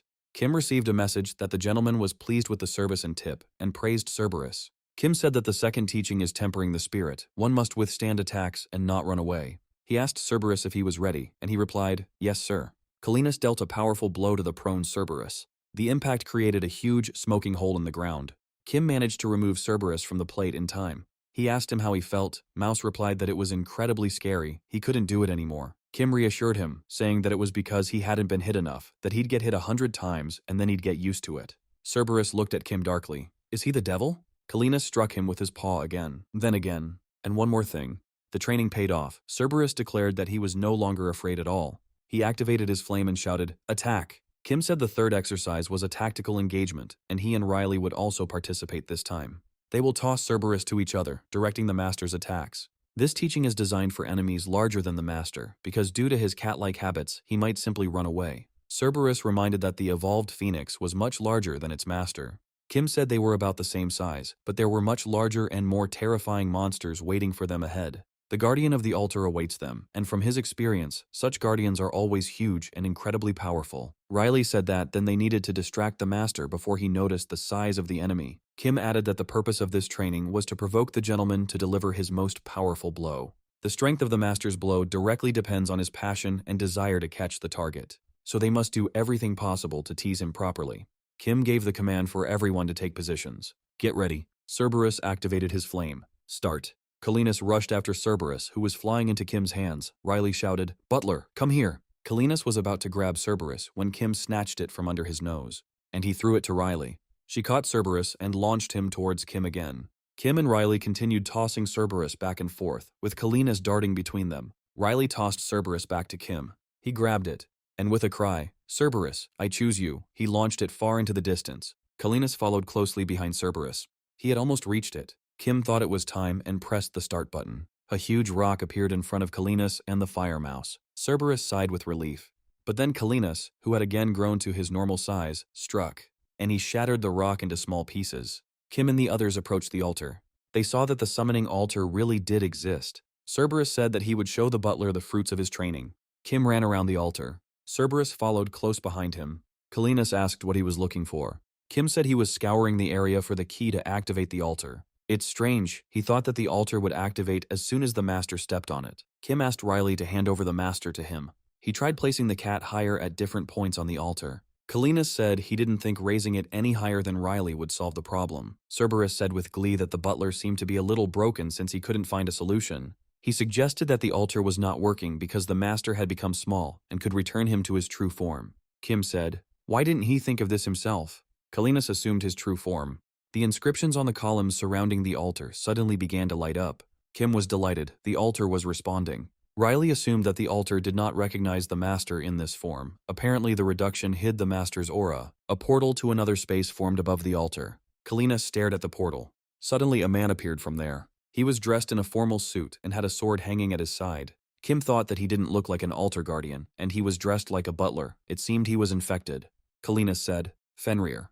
The stranger took hold of the sword's hilt. In response, Riley drew her blades, but Kim stopped her and said that it seemed he was not an enemy. The stranger thrust his sword into the ground, and then he knelt down. He said, "My lord, lord of the Dark Lands, first emperor of the Three Kingdoms." Kalinas said, "It's been a long time since we've seen each other. 1,000 years have passed, and he still hasn't fallen asleep."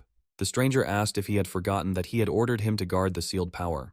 Kalinas replied that so much time had passed, he no longer remembered, and suddenly the stranger's face became distorted. Kim and Riley watched him with alarm. The stranger's body transformed and he screamed in pain. Kalinas said that he was clearly having a hard time. The stranger said that he could go crazy at any moment. Kim thought that since they had found a hidden location, they could get the information they needed from him. He's like a time bomb. You need to extract information from him and eliminate him quickly. The Emperor of the Three Kingdoms said he heard that Serentium had gone on the offensive. They lived in peace for a long time. What happened? Fenrir answered. They appeared again. The Emperor asked, "Morbus?" Fenrir answered, "Yes." The schism began with the murder of Prince Serentium. The Emperor asked again if this was Morbus's doing. Fenrir said that those bastards had set them against each other by starting a war. The descendants were unable to withstand the onslaught of Serentium, whose power was reinforced by the players. A gate opened in Serentium, serving as a portal through which a huge army from another world poured. For them they became a real disaster. They called themselves players. Their army numbers several 100,000. Kalinas said that it was now clear why he was awakened. Morbus waited for him to awaken so he could appropriate his power. When the descendants discovered Morbus's plan, a struggle for control of his power began. His consciousness and power found themselves at the very epicenter of this tug of war. And then something happened that no one expected. Kalinas asked if the cat was to blame for everything. Yes, his power and consciousness transferred to a cat that happened to be running past. As a result, the cat turned into a giant beast, and Kalinas's consciousness was trapped within it. The giant beast began to act instinctively. At that moment, Morbus's troops burst into the citadel. To preserve his power, they had to help the cat escape.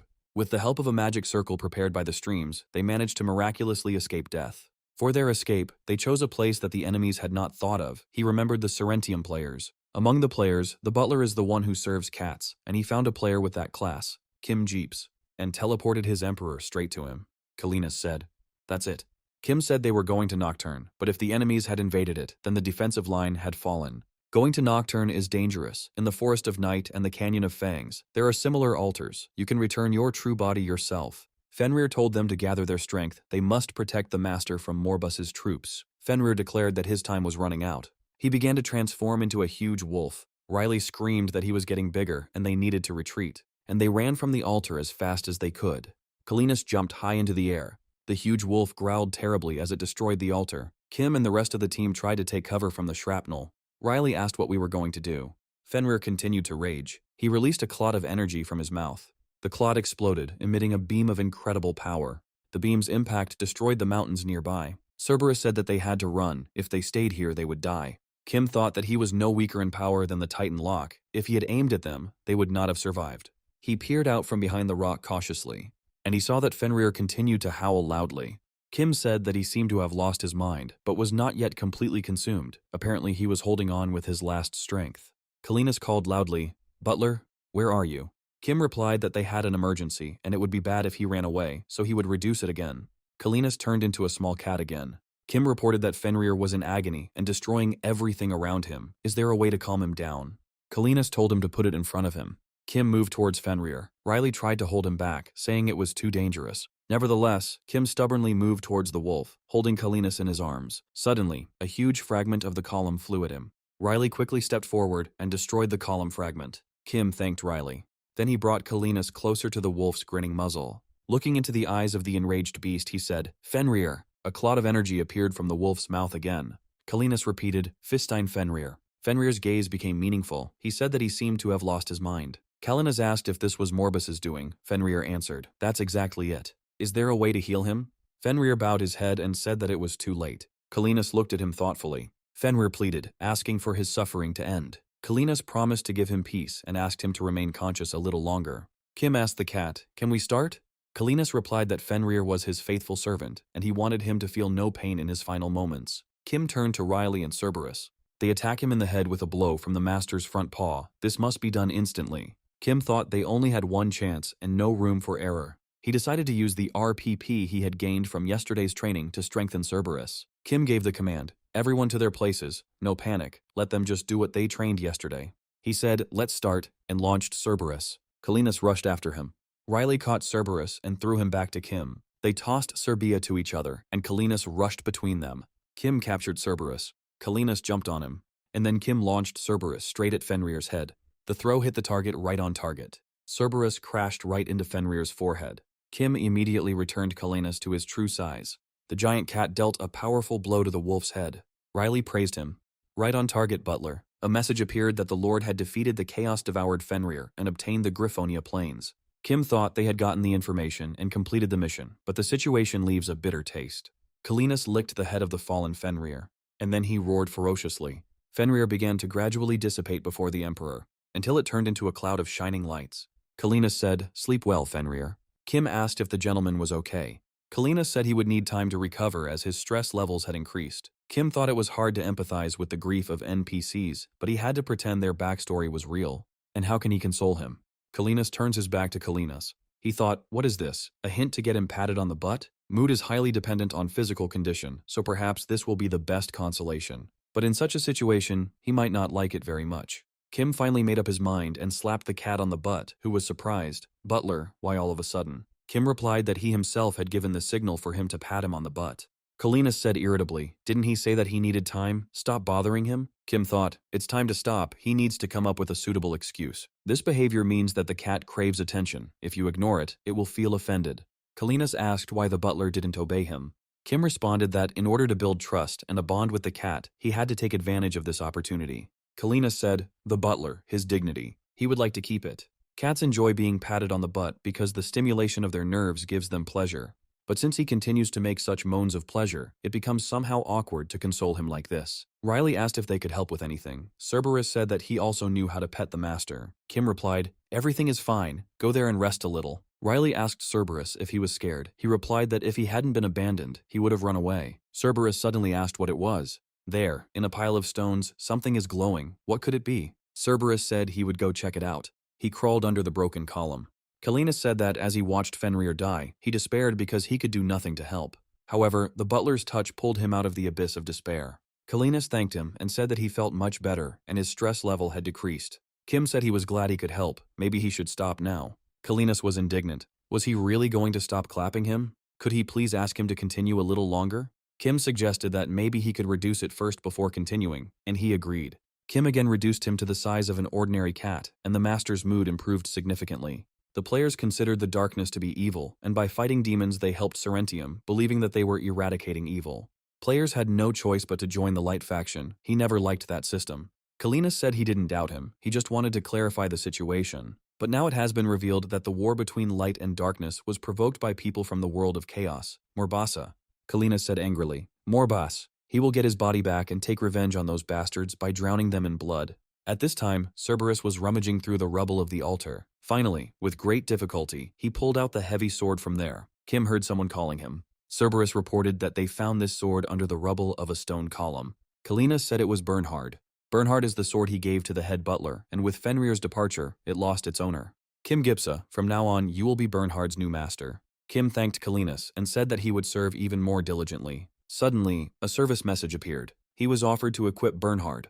The weapon slot has been unlocked. Bernhard is a Butler class exclusive, power synchronization weapon with attack power plus 67. Kim swung his sword several times. He thought, it was a shame to just stand aside and watch all this time, now he can fight. Cerberus asked why he hadn't fought before, and Kalinas noted that those were excellent moves. An official message arrived that the gentleman had completely calmed down and they moved on in the carriage. Kalinas asked to tell him about future plans. Kim replied that Lord Fenrir had told them to find the altars in the Forest of Night and the Canyon of Fangs. The Forest of Night is located right on the border between Grark and Kalevalon. Kalinas suddenly said that they were moving. Kim asked who was moving, and he replied that he could now wiggle his ears. Kalinas added that the language is also. Kim congratulated him on this event. Kalinas said, it's an excellent job, and he deserves a lot of credit for that. Kim thought that if they visited the 2 remaining altars, the Lord would be able to completely control the body. Kim suddenly stopped the carriage and said that they needed to stop somewhere. Kalinas asked what place it was. This is an instance dungeon. After the appearance of chaos, such dungeons began to open all over Materia. Kalinas asked if he was going to go in there. Kim said he was eager to try out the new sword. It might not be easy, but at worst, he will hide behind the master's back. Kim told Riley and Cerberus that he wanted to fight alone here, and if things got tough, he would call them. An alert appeared that he had entered a dungeon, danger level C. Kim thought that he could clear a C-rank dungeon alone before, but without equipment, it would be difficult. But if he goes through it alone, he will be able to earn money without a master. Skeleton warriors appeared before him. Kim decided that his defenses needed to be tested first. He took the blow from the skeleton, and with a return blow of his sword, he blew off his skull. Then he rushed into the thick of the skeletons, striking left and right. Com thought that since he became a butler, the stats window was locked and couldn't be checked. But considering that he has no equipment, his basic physical stats have clearly increased. It feels like a one-handed sword. How long ago it was. Soon it was all over. He stood over a pile of fallen skeletons. A noise was heard from the depths of the dungeon. When a huge crowd of skeletons appeared, Kim wondered if he could handle them alone. He decided that he would have to try his last trump card. Fidel, what happens next? Rows of skeleton warriors were advancing on him. Let's look at the power that burns a full 100 RPP at once, and he hits Fidelis. He set the kill zone in automatic mode. There was a powerful explosion. The entire army of skeleton warriors turned into a pile of bones. For the killed enemies, Kim received 945 gold. He decided that this ultimate was a great value for money. Previously, he thought that 100 RPP was too much. Kalinas asked him what his impression of the battle was. Kim replied that he understood why he gave him this sword. He added that Bernhard is a sword that only reveals its true potential through its power. Kalinas replied that if he continued to serve him, he would grant him even more power. Does this mean the dungeon hunt is over? Kim replied, when all the monsters are killed, the exit should open. If there is none, then the boss should appear. A silhouette with glowing eyes appeared in the depths of the cave. Kalinas said, Butler, turn around. A B-rank skeleton general has appeared. Kim was horrified. How could there be a B-rank boss in a C-rank dungeon? It was dangerous. Meanwhile, Kalinas jumped off Kim. One precise blow from him was enough to end it all. Kim started running. The skeleton general raised his sword to strike. Kim shouted to return the master to his former appearance. The giant cat stood between Kim and the skeleton. He tried to hit him with a sword, but Kalinas waved his paw, and with one blow, he cut his head off his shoulders. Messages appeared. The gentleman defeated the skeleton general. 5 RPP tips received. Kalinas said, what a worthless person. Couldn't he even cope with that? Kim said that the gentleman was simply incredibly strong, and added that such monsters were found in the dungeons. Kalinas asked if he was in a good mood. Kim replied that the reward for a strong monster was good. From the skeleton general, Kim received the item Brax and 620 gold. Suddenly, a glowing circle appeared. Kalinas asked what kind of gate it was. Kim replied that this was the gate of the Golden Goblin. They were incredibly lucky today. Kim was busy summoning his subordinates, and Kalinas was interested in some strange object. Kim shouted to Riley and Cerberus that a golden goblin would appear soon, and they should attack him and take his gold. A goblin suddenly jumped out of the gate. He rushed past Kim. Cerberus's fire barrier couldn't stop him. He then deftly dodged Riley's blow. Meanwhile, Kalinas was studying a strange, unknown object that looked like a bubble. He carefully touched it with his paw, and then he pressed with all his might. The bubble burst and a shining stone appeared from it. Kalinas looked closely at the stone. An image of a cat playing with slime appeared in his mind. The goblin successfully passed Riley, dodging all attacks. Kim rushed in pursuit of him. He struck hard with his sword, and he cut open the bag of gold on the goblin's back. The golden goblin continued to run away, dropping gold coins along the way. He ran to the gate. Kim tried to use the butler skill to catch the goblin, but he had already disappeared through the gates, and the capture was a failure. Kim said with annoyance that if he had caught this goblin, he would have made him his subordinate. He didn't think goblins were that fast. Riley said it was simply impossible to catch him. Kim reassured his comrades that catching him was almost impossible. It was simply a system of bonus rewards. He has known these goblins for a long time. If they continue to chase them, they will be able to catch them one day. Now we need to collect the gold he dropped. Kalinas, looking at the stone, called Kim over. It was the emotional shard. Kalinas asked Kim to touch it. He touched the stone. His face changed. He said he saw a feline predator playing with slime. Kalinas said, that means they saw the same thing. He felt something else. Kalinas said he felt a strange emotion, as if memories of a previous life were surfacing. He added that he could feel other scattered fragments as well, as if they were calling him. Kim asked if he wanted to investigate this, but then the search for descendants could drag on. Kalinas said that if they collected more fragments, they would be able to understand what this emotion was. Riley reported that they collected all the gold. They received 2420 gold. They continued their journey by carriage. Kalinas told Kim to head south from here. To move faster, Kim recalled the transport, a luxury carriage, and he called upon the subdued wild horse. Kalinas said that if he collected the fragments of emotions, he would be able to understand the feeling left by their owner. When they approached the mountains, they were attacked by harpies. The lump climbed onto the rock. There he found the shard of emotions in the nest, while Kalinas fought off the harpies. Kim shouted to Kalinas that he had found a fragment, and he ordered him to bring it here. Having examined the fragment, Kim asked, the gentleman fought with the harpies. What do these visions mean? Kalinas replied that he felt that there was someone next to him, that beast. Perhaps it was his familiar.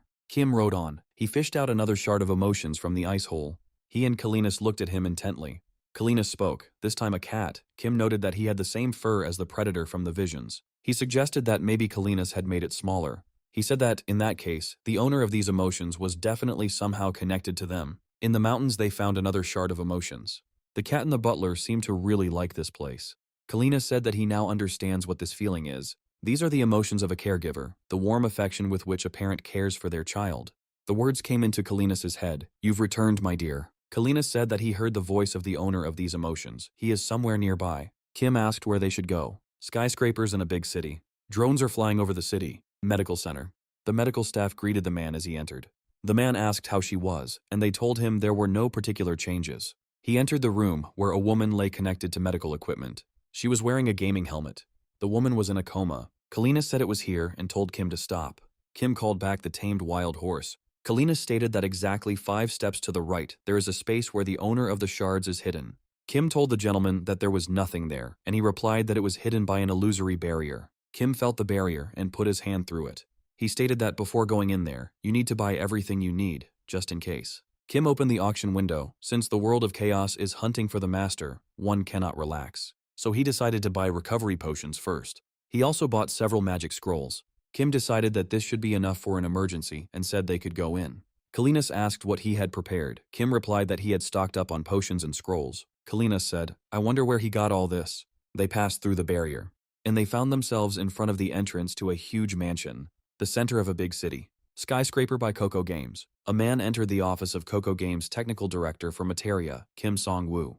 Kim Song-woo jumped up and asked, Chairman, have you arrived? It was Park Tae-sung, chairman of Coco Games, who asked. He decided to stop development completely. Kim Song-woo said they should stop development. His younger sister's cat, who took part in the experiment, died. The chairman asked if this was somehow connected to the connection device. Kim Song-woo replied that it was because the butler had not been monitoring the cat's condition while he was in Materia. Park Tae-sung asked if he might change his mind, as this was a project that would revolutionize the entire industry. Kim Song-woo said his sister never regained consciousness. The chairman was stunned. How did she come to? She is unconscious. Kim Song-woo said that she went into Materia to say goodbye, but was unable to exit the game. Her brain is only active inside the game. Park Tae-sung asked if he had been under stress lately, and maybe he should see a doctor. The chairman's secretary asked if he knew what state she was in inside the game. Kim Seong-woo responded that they couldn't track her location in the game, even with administrator rights. Kim and Kalinas entered the gates of the mansion. The cat watched from the window as they approached. Has an uninvited guest really entered the house? A woman appeared behind the cat. She reassured the cat, "Don't be afraid, my dear. Mom will protect him." Kim opened the inventory. He decided to use the evaluation scroll, and he gave instructions to evaluate the mansion in front of him. A message appeared that traces of chaos were detected. The result of the assessment is an anomalous space. Kim said that it seemed like this space was created by the world of chaos. The owner of emotions may be in danger. Kalina said, "We'll check and find out. He wants to meet with him at all costs." A noise was heard from the mansion, and then a strange object appeared in the doorway. Kim was surprised. Could this really be slime? A strange object moved towards them. It took on a rather bizarre form. Kalina said that the monster was changing form, turning into a higher species. Kim said that it was a doppelganger slime. He explained that this is a monster with the ability to copy, and meeting it is extremely rare. The slime turned into a woman who told them to leave. The owner of the house does not accept strangers. Kim said that he wanted to meet the owner of the mansion. Could she please let them through? The woman said she was only warning once and took the fighting side. Kim said, "What is hiding in this house?" "Okay, let's fight." And he called Riley and Cerberus. Kim said that this is a level 50 Dark Elf with dual blades. It will be good training for Riley. He ordered Cerberus to stay and protect his master. Riley engaged in battle with the Dark Elf. Kim decided to watch for a while and told Riley that she needed to pick up the pace. She moves faster than any of her previous opponents. The Dark Elf dealt a powerful blow and threw Riley far back. She tried to catch her breath.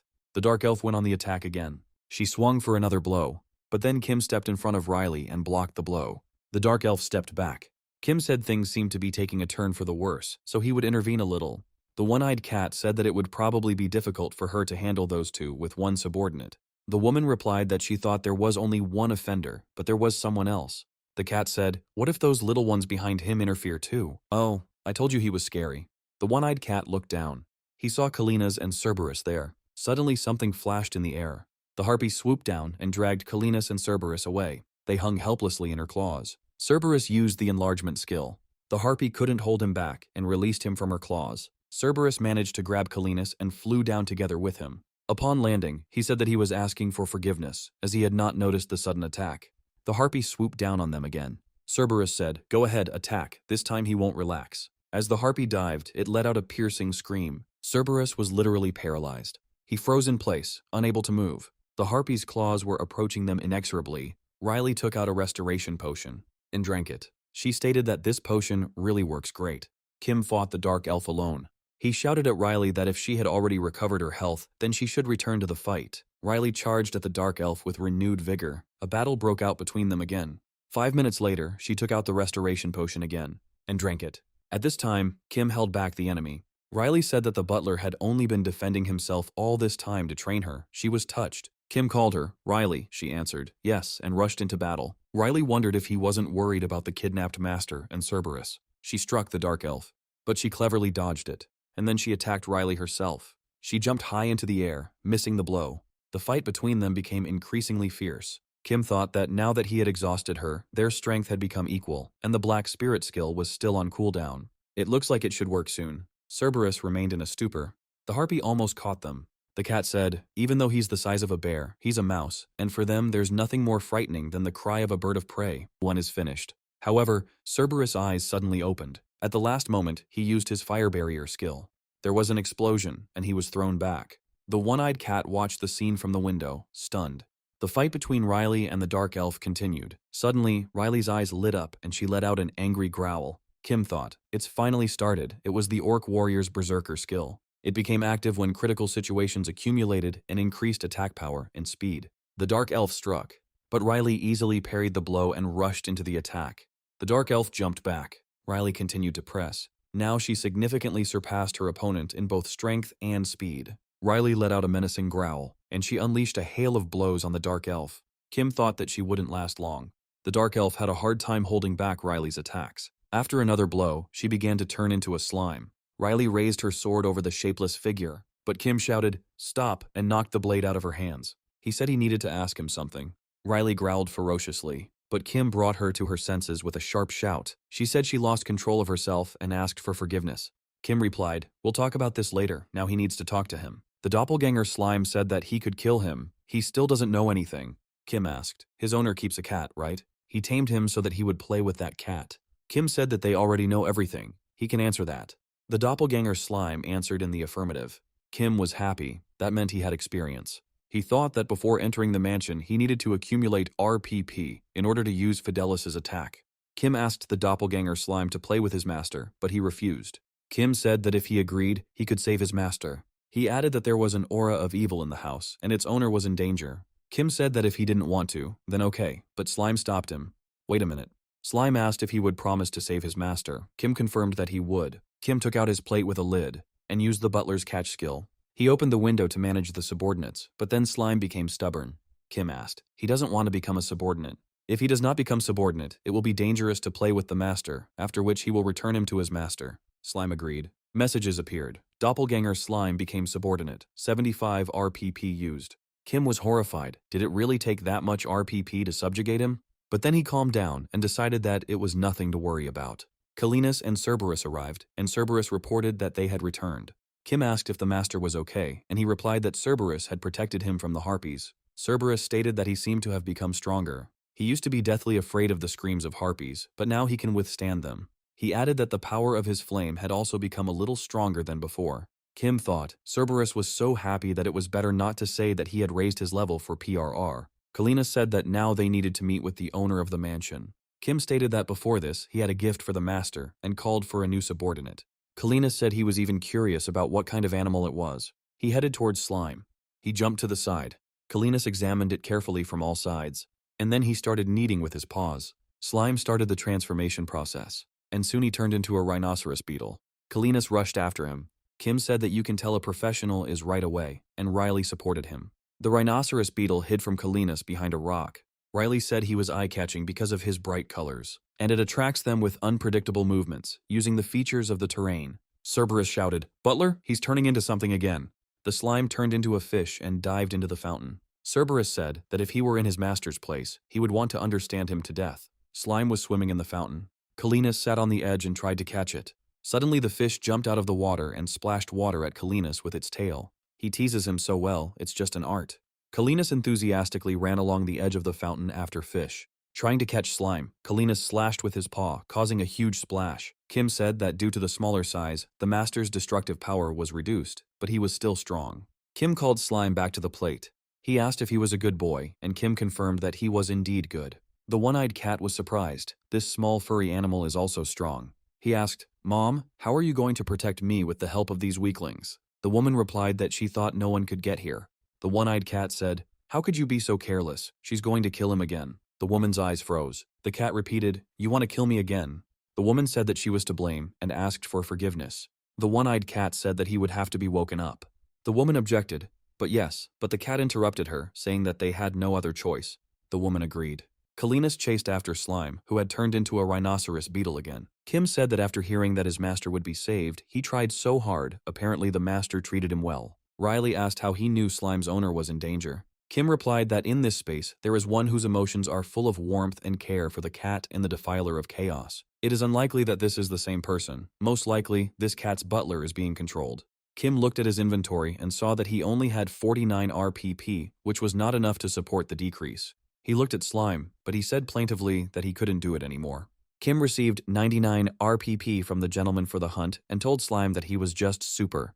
Kalinas tried to pounce on the slime on the plate, but in the end, he gave Kim a powerful slap in the face. Kim was thrown far back. Upon rising, he discovers that he has accumulated 1,000 RPP and is eligible for a promotion. Kim turned to Kalinas. "Sir," he began solemnly, "Kim Gipsa. All his achievements are before his face. He knows that it did not come easy to him. He must also do his duty. Rewarding the servants is his duty, and from today on, he appoints him as his personal butler." There was a change in positions from junior butler to personal butler. Kim Jeeps's essence was imbued with the power of Kalinas. The promotion was completed. Kalinas stated that he needed him, and if he continued to serve him faithfully, he would grant him even more power. Kim said he would serve even harder. A crypt on the grounds of the mansion. There was a long dungeon under the crypt. The one-eyed cat said, "Come out. Blade of Oath Grandar." The woman said, "My dear, his name, she doesn't want to hear it." The one-eyed cat asked, "Is that so? Then from now on he will call him the Blade of the Oath.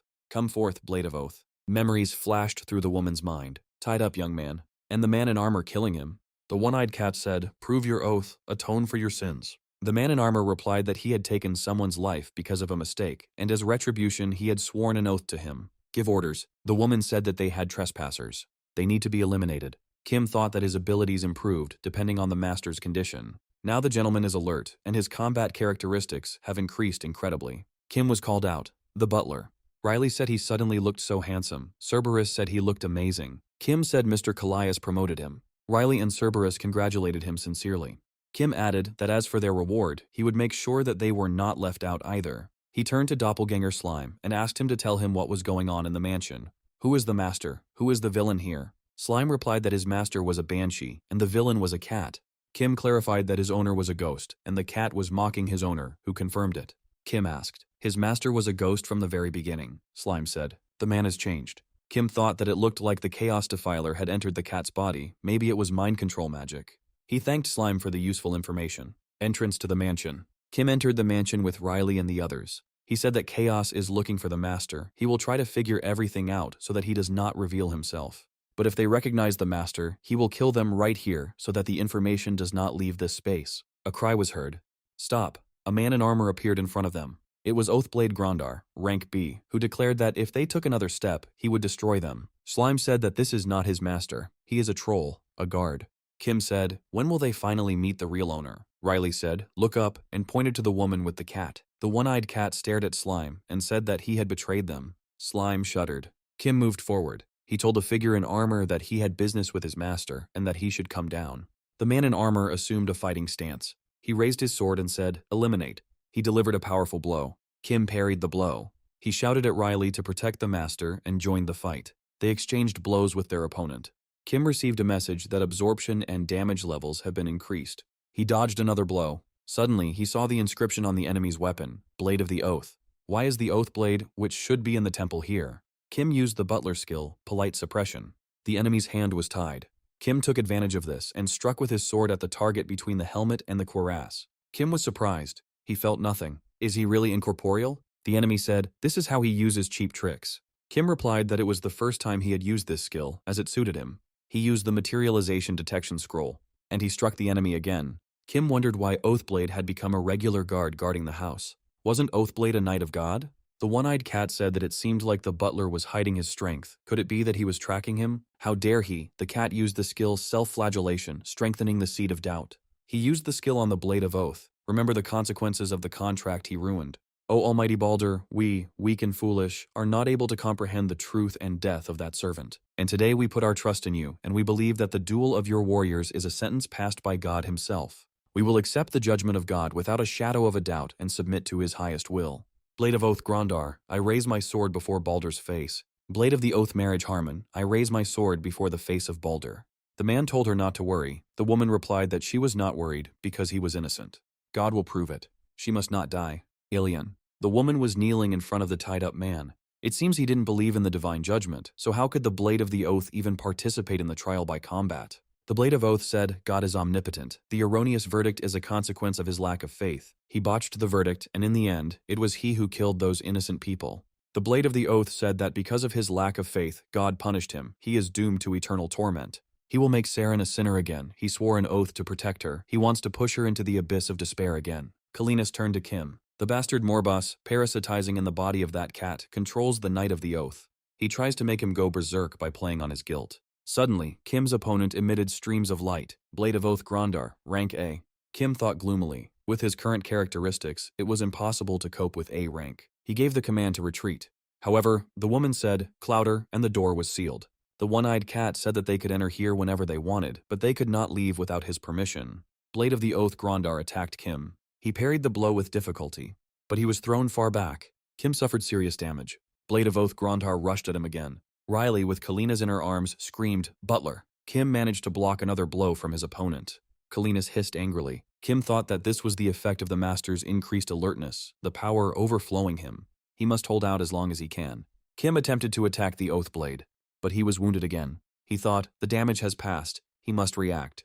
Blade of the Oath raised his sword to strike. Suddenly, he was attacked by a slime in the form of a dark elf. Riley also entered the fray. They said that they would fight too. They attacked the Blade of Oath from 3 sides, but he successfully fought back. Cerberus held Kalinas back. Don't come close, stay here. Watching the fight, he said that it was incredible. There was no way to intervene. The woman said to the cat, maybe we should listen to why they came here. Maybe we won't have to fight. But he replied that she was talking nonsense. They had come to kidnap him, to take him away from her. The Blade of Oath began to prepare a new blow. Slime and Riley became worried. Kim thought it was an area attack. Slime and Riley wouldn't be able to withstand it. He had to take the hit himself. Blade of Oath Grondar began the attack. Kim raised his sword and shouted, "Come on!" The full force of the Oath Blade's blow fell upon him. The floor beneath Kim began to collapse. There was a powerful explosion. The sword fell from Kim's hands. He received the negative status stun. Had he really lost? Flashed through his mind as the enemy's sword rushed towards him. But then Riley rushed towards him and took the blow herself. Kim and Riley fell to the floor. The one-eyed cat said, "Show them despair, Grondar." Riley and Smile were unconscious. Suddenly, Oathblade heard some noise. Someone said, "Here."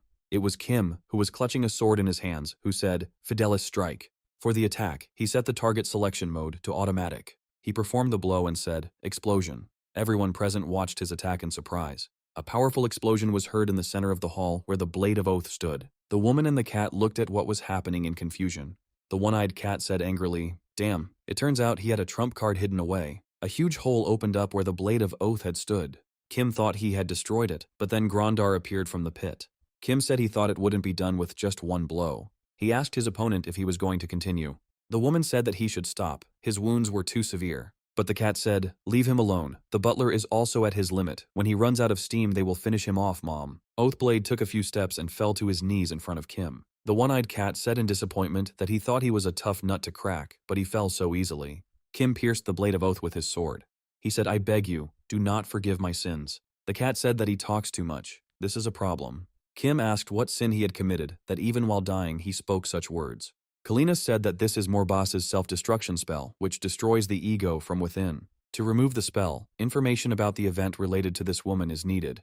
Kim said that if he really wanted to protect this woman, he should tell her what happened. Kim assured him that he would definitely protect her.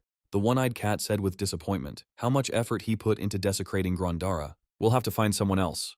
Kim thought he had to buy at least a little time. He used the butler's skill catch. The one-eyed cat said, "Let's finish him off right now, Mom. While he's wounded, we need to act." The woman said that she couldn't. The cat was indignant. "She can't. Does she want him to disappear again?" He told the woman to follow him while he asked nicely. But their way was blocked by Cerberus, who declared that they couldn't go down. The woman said that they really had kidnapped her good, but the cat reminded her that she needed to kill the butler. Cerberus stated that they had come to her and were not going to kidnap the cat. The one-eyed cat was indignant. The rat had completely lost its fear of the cat. Cerberus used the enlarge skill. Soon he was looming over the cat menacingly. Cerberus asked menacingly what he was squealing about. The cat screamed, "Mom, what are you standing there for? She'll let him die again." Since she doesn't believe the words of those close to her and believes lies, then everyone died because of this. And Elian, and he too, all died. The woman screamed, "I beg you, stop." The cat barked. Let her listen to what he was telling her. Blood began to flow from the woman's eyes. Cerberus looked at her in surprise.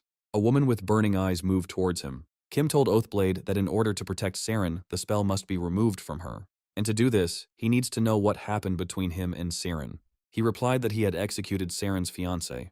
Kim asked if her fiancé had committed a crime. Oathblade said he was accused of raping and murdering a servant, but it was a miscarriage of justice. If this was a miscarriage of justice, then the one he was defending was the real killer, Blade answered. Yes. But he was simply doing his duty. Wasn't it a mistake of God who pointed out a false truth? Blade of Oath said that God is omnipotent. The mistake occurred because his faith was not strong enough. Kim thought this was some strange logic. He means that due to his lack of faith, his opponent's Oathblade did not receive divine power. But why? Suddenly the enemy lacked faith. The fact that he believes in the omnipotence of God shows that his faith is strong. Grondar replied that he always doubted. Every time he entered the arena and appeared before God, he was confronted with his own lack of faith. He was haunted by the fear that one day he would make the wrong judgment, and ultimately his doubts led to the mistake. Kim said that this is a difficult case and that he should learn to blame others for his troubles. Kalina said that true believers blame only themselves for everything, and the defiler took advantage of this. All that remains is to show him the truth, and as soon as he is freed from the feeling of guilt, the curse will be lifted. Kim said that the evil cat probably knew this truth, but how to make him talk? The woman said, "My dear, she doesn't want anyone to get hurt, she can just drive them away." The cat said, "But she will not believe his words until the very end." Cerberus, meanwhile, used Cerberus's skill fire shell. The cat continued, "If she had believed him to the end, Elian would have stayed alive." The woman started screaming. Cerberus increased the fire shell to maximum. The woman's mad scream reached monstrous volume. Cerberus's fire shell couldn't contain the sound wave. Horror was reflected on his face. He flew far back. Kim and Kalinas looked at him in amazement. The woman continued to scream wildly. Her screams caused the floor to break and the walls to collapse. Kim tried to hide from the sound wave, but to no avail. The woman stopped screaming and grabbed her head. She swayed weakly and fell to the floor. The one-eyed cat grinned maliciously. He walked around the unconscious woman, and he began to go down. The hall below was badly damaged. The cat walked up to Kim, who was lying on the floor, and said, "It's not clear how he got here, but that's all, stalker." The one-eyed cat looked at Kim and said, "Bastard." He moved slightly and said, "Trial by combat." He set it up. The cat said, "That means he really knew everything to survive after a banshee's scream of such power, and he is resilient." Kim whispered that before he left, he wanted to ask one question. The one in whom he sowed the seed of doubt, it wasn't Grandar, the cat hissed. How did he know? The one-eyed cat looked around. Saren is unconscious. Grandar has disappeared. The cat decided that he could speak without looking back, and said that there was no need to mess with someone who was strong in spirit. The oath is broken even if only one of the two falters. Kim asked. He decided that in a duel without divine power, Grandar would win, and the sentence would fall on him as a burden. The cat said, "Right on target. You have to figure that out, and he's not bad." When he saw Grandara, he realized that it was impossible to break his faith. He was like a capital fortress. Kim said, "But when he captured such a fortress, he must have been incredibly happy." The cat replied, "This fool blamed only himself for everything. How could he not enjoy this pathetic sight? He seems pretty smart. It's even a shame to kill him, but he knows who he is, so he can't leave him alive." Kim asked the mistress of the house, Saren, how he defiled her. The one-eyed cat replied that he would not say that. It would be unpleasant if he suddenly let it slip. The cat said he was dying, and there were still so many questions, but thanks to him, he at least got relief. He said goodbye and raised his pointed tail over Kim. The cat hit him with its tail, but Kim suddenly dodged. He tried to hit him again and again, but he deftly dodged. Kim jumped to his feet. The cat hissed angrily. "A bastard, like him." Kim said that he would also reveal one secret to him. It's a seasoning sauce. He just scooped it into his mouth. The banshee's scream really has incredible power. Despite being at full health, he almost fell. The cat was surprised, in perfect health, just like him. Kim explained that he was completely healthy with the help of the potion. He asked if he knew why he pretended to be dead. The one-eyed cat tensed up. "Really?"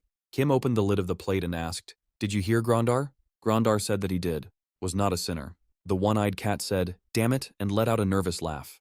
Then he rushed up the stairs. He ran up to the woman and shouted, "Mom, get up, quickly. They will kill him." The cat was horrified when Kim came upstairs. Kim looked at him darkly, and then he struck with a blow of the sword. When the woman came to, she was lying on a bed in the room. Kim asked if she had come to her senses. The woman screamed, "My baby! Where is my good one?" Kim assured her that he was fine and that she shouldn't worry. They hadn't kidnapped him. Riley came into the room holding the cat in her arms. He was screaming, "Let me go." She told him to be quiet. The woman demanded that she let her good one go. But Riley said she couldn't do it. He was too aggressive. Kim asked Saren to listen to him carefully. "It's hard to believe, but this cat." The one-eyed cat screamed, "Mom, don't listen to him." Kim continued, "Not her cat." Serene screamed, "What is he saying?" "My good one is her cat, her family." Kim said that it was a monster that had attached itself to her, that it was using her feelings and parasitizing on her. The cat screamed, "Mom, this is not true. Everything this butler says is a complete lie." Riley told the cat to be quiet and covered his mouth. Saren said, "I'm sorry I attacked them. Please change your anger to mercy. My good man is her only family. She begs them to save his life." Kim said that he had already said that they did not come to kidnap the cat. They were here to save her. "Serene, look at yourself. She's become a banshee. She's defiled. To lift her curse, he must know the guilt she carries." Serene said, "The guilt she carries." Kim asked her to tell him the first thing that came to her mind. Serene thought about it. He couldn't do it. She can't stop thinking about it. The man behind bars said, "Serene, even if she doesn't believe him." She told him, "I'm sorry, Elian." Elian hung his head. She couldn't believe him either. She said that she couldn't stop doubting either. After this, Elian admitted the charge of raping and murdering the maid. He was executed. And after the execution, Grandar came to her one day and admitted that the sentence was wrong. She was overcome with guilt. Serene said, "It's her fault, she killed him."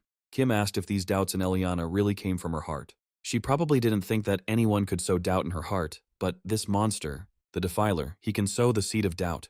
Kim demanded from the cat, "Tell the truth." The cat offered to make a deal. If he tells the truth, the butler will spare his life. Kim agreed and promised to spare his life. The cat said that everything was as he said. He sowed in Saren the seed of doubt that Elian could be the killer. Serene covered her face with her hands, and she burst into tears. She asked the cat how he could. He replied, because while she was crazy about this bastard, she didn't pay any attention to him at all. Serene froze. The cat asked her, "Mom, why are you blaming me?" She said, "Forgive me, my dear." Kim wondered why the curse was not lifting. Could he have been mistaken? Suddenly the cat said, "I hoped so." She found out the truth, but the curse is not lifted. What to do now? He can't kill him, otherwise the curse won't be lifted from Saren, and he won't lift the curse, since it's his insurance. Suddenly Kalina said, double mechanism. The guilt that has defiled Saren is not the only one. Kim wondered if there was still one more burden left on his heart. He asked Serene what happened to her cat. Saren remained silent. Kim asked why she was hesitating. She wanted to go back to this monster who was tormenting her. Saren said that besides this place, she has a life in another dimension. Or rather, that life was her real one. But having fallen in love with Elian, she began to prefer life here. Kim asked if she was a player. The more time she spent with Elian, the less good things she had left in reality. But luckily, a device has been developed that allows pets to join the game. Kim asked if she wanted to say that her boyfriend could have been here with her too. Kim thought he'd never heard of a device that allowed pets to connect to a game. Saren said that after Elian's death, she decided to end her life here. She wanted to forget everything. The thought that she had somewhere to return to was a comfort, but an even harsher reality awaited her there. Kim asked what happened. While she was absorbed in this world, she did not keep track of her good in reality. His good friend's illness had gone too far. There was nothing they could do. Riley looked at Serene. She said she understood the guilt she felt. She's fine. Kim said that after that, it must have been difficult to come back here, which is why she came back. She started to have pet loss syndrome, but after some time, she started to sort through her pet's things. The last memories that remained were of her good times here in the game. She decided that dealing with it was the only way to move on. So she went into Materia again, and there was her good one. She found her pet again. Kim said that the defiler was hiding in the body of her good one, which is why she could not let him go. The cat said that in Serene's case everything was set up, but here everything is different. His mother really neglected him. Guilt is a punishment she must bear. Serene burst into tears. Yes, she was a bad housewife. Kim suddenly asked why she was a bad housewife. Serene replied that she didn't have a single good memory with him. Kim said that this couldn't be. The defiler had abused her and erased all her memories of her caring for him. What brought them here was the warm feelings she shared with her cat. These are her lost memories of her good times. She wants to look at them. Serene held out her hands, and she plunged into her old memories of the cat. Kim said she was a very good housewife. Her good one has gone to the rainbow with happy memories. She can throw this burden off her soul. Serene was enveloped in a glow. Her face was transformed. It worked. She came back. The cat yelled at Kim to let him go, and he promised to spare his life if he told the truth. Serene demanded that he get out of her good one's body immediately. Kim used the scroll of purification.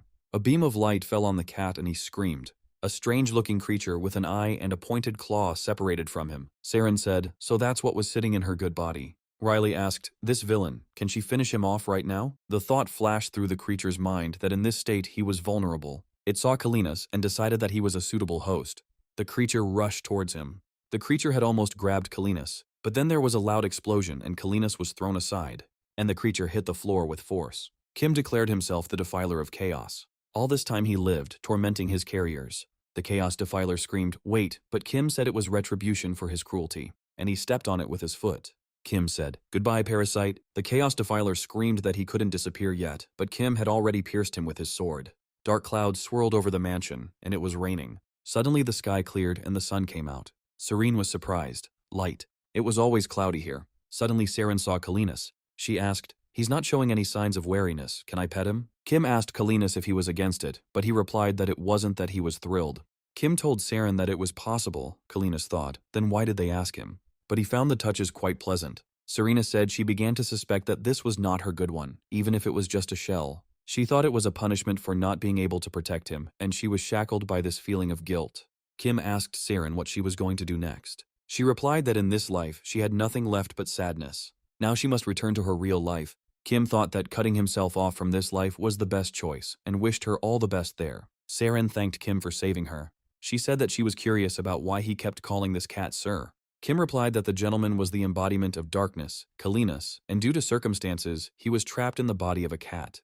They are on a journey to bring back his power and save the darkness, which is in danger. Serene said, he's joking, and it turns out he has a sense of humor. They said goodbye at the entrance. Kim wished her to take care of herself.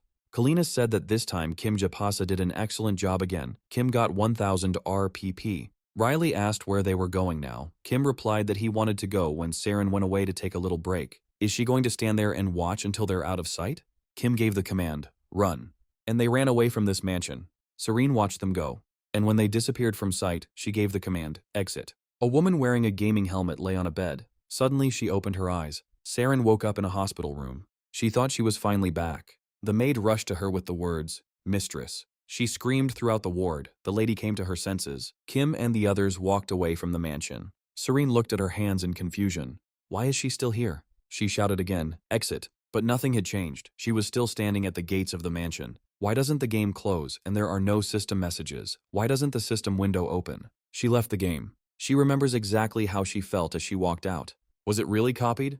Kim opened the system window to resurrect his subordinates. He explained to Riley that he had just received power from the master and could now revive them. Kim activated the summon subordinate skill. Slime and Cerberus appeared in front of him. Cerberus cried out, "He is alive! He was killed by the scream! How is this possible?" Kim said that thanks to the power granted by the master, he was able to resurrect them. He asked if they were okay. Cerberus and Slime answered that the body was heavy and there was no strength at all. Kim thought there were some side effects left after the resurrection and opened the system window again. Cerberus and Slime reported that they are now fully recovered. Kim received a message that the storage time of the captured target, Grandara, was expiring. Kim thought that the only way to save him was to make him his subordinate. Kim used his butler skill, and Grandar became his subordinate. Suddenly, Kalinas pricked up his ears. He said he heard someone crying. Serene was crying at the gates of her mansion. What should she do now? Slime crawled up to her and said, crying, "Master." Saren asked, "Mummy." Saren tried to console him. "Don't cry." Kim asked why she didn't leave but stayed here. Saren replied that she had definitely returned to reality, but for some reason, she still remained here. She started crying again. She was no longer a player or an NPC. Kim thought, just a minute ago she was so calm and reserved. This is a strange situation. It is unlikely to be a bug. It is probably just part of the NPC character settings. Kim said that since she was staying, she would have to get used to living in this world. She could handle it. Serene exploded. How could she possibly be okay now? Kim thought it was logical. The question really was stupid. Then the thought occurred to him that Saren was the very reward left specially by the quest. He said it would probably be hard for her to stay here because of the bad memories. How about starting a new life in new lands? Wouldn't she like to go on a journey with them towards a new life? Serene looked at him, confused, and then she screamed again, "I don't want to. Let me out of here." Serene had been crying for 10 minutes already, Kim thought. This is rather awkward. He can't leave her here. Although, if he leaves, nothing bad will happen. Kalinas called him Kim Gipsa. He feels so comfortable that his body seems to melt. He really likes her touch. Kim thought, careful and skillful movements. It was immediately obvious that she was ironing professionally. She was sobbing, but she didn't stop stroking her master for a second, the highest level of skill at the level of reflexes. "I'll have to persuade her somehow," Kim asked Saren. She calmed down. She said that she was already feeling better. Kim said that if she went with them, he would like her to take care of the master. Saren said she won't be able to take care of a living being again. Suddenly, a harpy appeared above them and pounced on them. Cerberus activated the fire barrier. Riley got into a fighting stance, but Saren stopped them. She said that taking care of this monster, he must have misunderstood everything. Saren screamed, "Kai, calm down!" The monster landed next to Saren. She asked him if it hurt a lot. Then she applied the treatment to him. Kim asked, "She tamed this monster. She will have to continue to take care of it." Saren responded by saying, "After all, his owner is a cat." Kim thought that taking care of the gentleman probably reminded her of her cat. What should she do? He asked Kalinas to take on his true form. The giant cat looked down at them. Serene was surprised. He was so reduced in size. Kim said that's why he thought she would be perfect for the task. His master is a creature from this world. If she treats him like a harpy or a slime, she will agree. Serene said that the butler was very persistent. Kim said that his master really liked her touch, so he acts like an honest servant. Serene stated that she had no right to be someone's guardian. She was guilty before her cat. But now she needs to continue living. She no longer wants to live with the guilt of not being able to protect him. Kim said that given how much she had suffered from Scourge, he understood her perfectly. Saren stated that she would accompany them, but asked not to shift all the care of the master onto her. Kim agreed and said that they would do so then. Kalinas praised him. "Great job, Kim Gips." As they boarded the carriage, Saren suggested that they introduce themselves to each other since they were traveling together. Cerberus and Riley stated their names and said, "Nice to meet you." Kim also introduced himself. Saren asked if Kim Gipsa was his real name. Kalinas was enthusiastically scratching the pillar of his strange dwelling. The alarm went off, the end of the working day. Coco Games chairman Park Taesung was informed that he was receiving a call from CTO Kim Seong-woo. The chairman greeted me and said he was on the line. Kim Seong-woo reported that his sister had woken up, but she still needed to be monitored, but her condition was stabilizing. The chairman said, "What a relief," and asked how this had happened, since he had said that he could not help her. Kim Seong-woo said that his sister's mind was under the control of a monster from the Chaos world. Luckily, one player destroyed the monster, freed her from its control, and she was able to return to reality. The chairman was surprised. Just think, an advanced AI took the form of a monster similar to the sect leader. The incident was caused by the monster's mind control, but it has been destroyed so they can breathe a sigh of relief. But Kim Song-woo said that his sister was simply found first, and perhaps there are still many people trapped in the game. The chairman stated that they cannot suspend the game because of one accident. Kim Seong-woo warned that other monsters that take players hostage may appear in the future. The chairman replied that everything needed to be investigated, but for now, what happened to his sister needed to be kept secret. Park Tae-sung also asked, he had already found out what kind of player saved his sister. This is a player with outstanding skills whom he was looking at as a tester. His name is Kim Jipsa. He sent him a device that his sister's cat used, and that trail led him to her cat. Saren had already gotten used to Kalinas in his true size. Kim told her that he needed to go somewhere. She asked. The sun was already setting, where he was going. Kalinas asked. His workday is over, they are already behind schedule, and he wants to leave. Kim said that he needed a couple of days. He had another life and things to do. Serene thought, another life, the end of the working day. Could it be that the butler is a player? She said that when he got out of the game, they would have an evening, I think around 7 o'clock. Then it's time for him to go. His cats are probably already tired of waiting for their butler. Since he's leaving for a couple of days, it means he has some business to do in the morning. Kim replied that he needed to take the cat to the veterinary clinic and asked Saren to take care of the gentleman. Riley asked, it seems the butler has finished his work. She added that he had done a great job, and Cerberus said that he would guard the place until his return. Kim thought that, unlike when he left the game in the Orc village, he was now calmer and left the game. Before finally returning to reality, Kim made several purchases using in-game gold. When he took off his helmet, one of the pets jumped onto his bed. Kim was delighted. Ruru was hungry, now he would give him something to eat. Pichu settled into his gaming helmet again. Kim was surprised. There he was again. He treated the cats to premium food made from elite venison. Kim asked if it was tasty and that it was very expensive food, so he managed to make a little extra money, so they can finally breathe a sigh of relief. Kim remembered Kalinas. He told the cats, say thank you to the master, even though they will never meet him. The vet said the cat would have to wear the assistive device for some time. He should not be allowed to climb onto high surfaces until his condition has stabilized. Kim thanked the veterinarian for his advice and said goodbye to him. Suddenly, a call came on the phone. After talking, he walked to the meeting place. When he came to the cafe, the girl shouted to him, Kim Gipsa, you've come. Kim greeted his friends. It had been a long time since he had seen them. These were his former teammates, Tank Boy, Black Goat, Wiseau, and the Cold King. Kim asked how they had been living all this time. The Cold King screamed at him to repent of his sins immediately. Kim was surprised. He was guilty of something. Tank Boy accused them of blocking their messages and disappearing, thus deciding to break up with them. Kim replied that if that were the case, he would not have come here. Why did she say that? That she thought he had already gotten rid of it a long time ago. She explained that she meant the cat. So this means that he is the culprit of that tragedy. If he does not want to stain people, they will help him get rid of him. And it turns out he's much nicer than they thought. But Kim sternly stated that Pichu was not guilty of anything. Friends said they called him because of the money he left them. Didn't he go bankrupt after paying the mercenaries $1.1 billion in compensation? Kim asked. It works. They decided that he had some more money saved up, but he was really broke.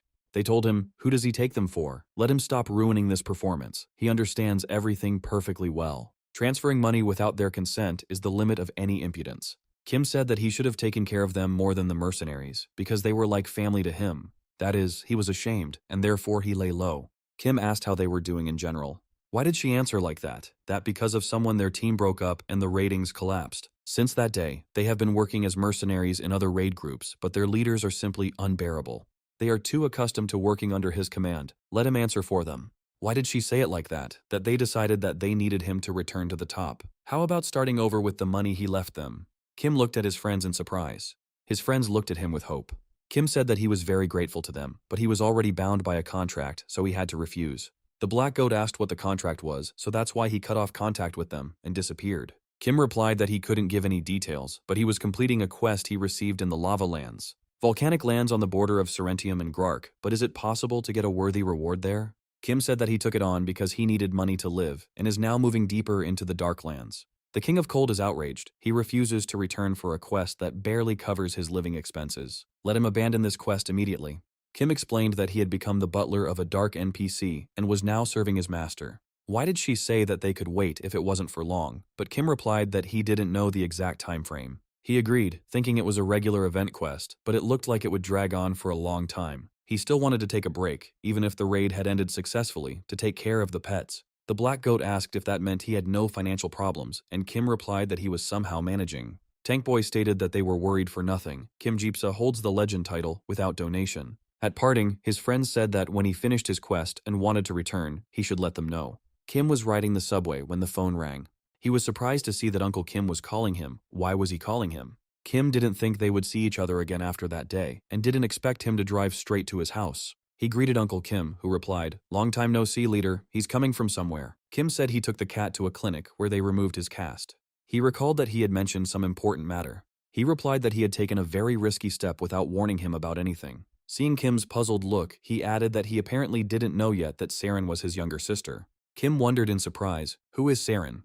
And then it dawned on him that they were talking about that girl from the game. Uncle Kim explained that his sister was trapped in the game, and he gave him that dangerous device to enter. He asks for forgiveness for this. He could not find a way to save her, and took this step out of desperation. Kim thought it was simply impossible, but it didn't seem like a joke. He remembered Saren saying that a device had been developed to immerse pets in the game. She doesn't have a single good memory, so everything she said was true. Kim Seong-woo thanked him again for saving his sister and apologized for not warning him. Kim said he was sure Saren was just an NPC, but it turns out it's all true. This means that it is true that Saren the cat also entered the game. Kim Seong-woo said he works at Coco Games and developed a system for entering the game with a pet. Kim said, "If the helmet he gave him is the device through which your sister's cat entered the game." Kim Seong-woo confirmed that his pet most likely led him to where his sister was. Kim was surprised. This means that Pichu entered the game. Yes, that's exactly it. But what about Saren then? What was happening to her in reality all this time? Kim Seong-woo replied that even after disconnecting from the game, she did not regain consciousness. Her brain activity only showed up when she was playing a game through the device. Kim Seong-woo said that they were facing a real disaster. An investigation was needed, leader. Was it a deliberate attack by the monster on the object that entered through the pet device? Either the sister stumbled upon him by accident, or there was some evil intent behind it. Does he know anything about Scourge, the host who froze his sister in the game? Kim replied that he read on the forum that it was a mental parasite, but their characteristics were unknown. Kim Seong-woo asked him to gather any information about Scourge where he is currently located.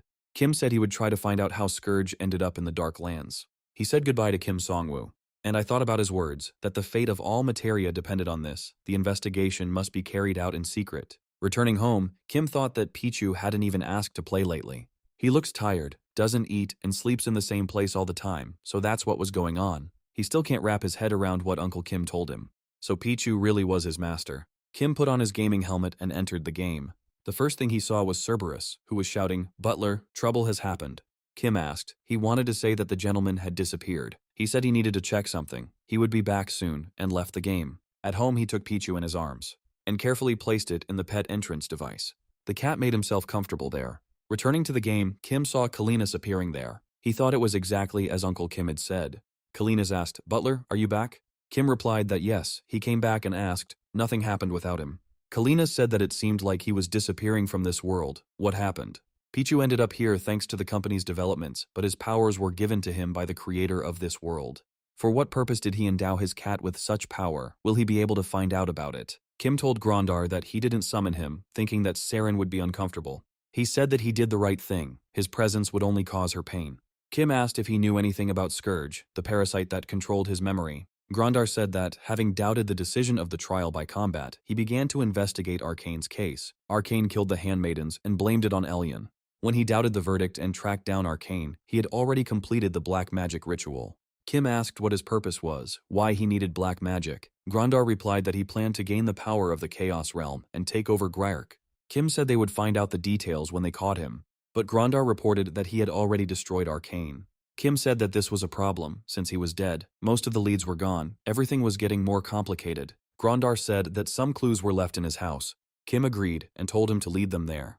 Grondar stated that he was exiled from Grumkar and that he wanted to get to the bottom of the truth and restore his honor. Kim said that his honor and faith would be restored, and those who hid the truth would pay for it. He will help him, and promises that everything will be so. Serena was cleaning Kalinas' home, and she said, "Sorido Ferre." Under the influence of the spell, all the fur was collected from the bedding. Serena handed the huge ball of fur to Slime Mira and told her to throw it into the forest. Riley, meanwhile, was busy with the knife. She chopped wood with it. As she stacked the chopped wood, she heard Serene say, "Transfer it." Riley asked her if she was a mage, and she replied that she was just a little used to household chores. Cerberus said that he had gathered and washed the grains and vegetables for her dish, as she had requested.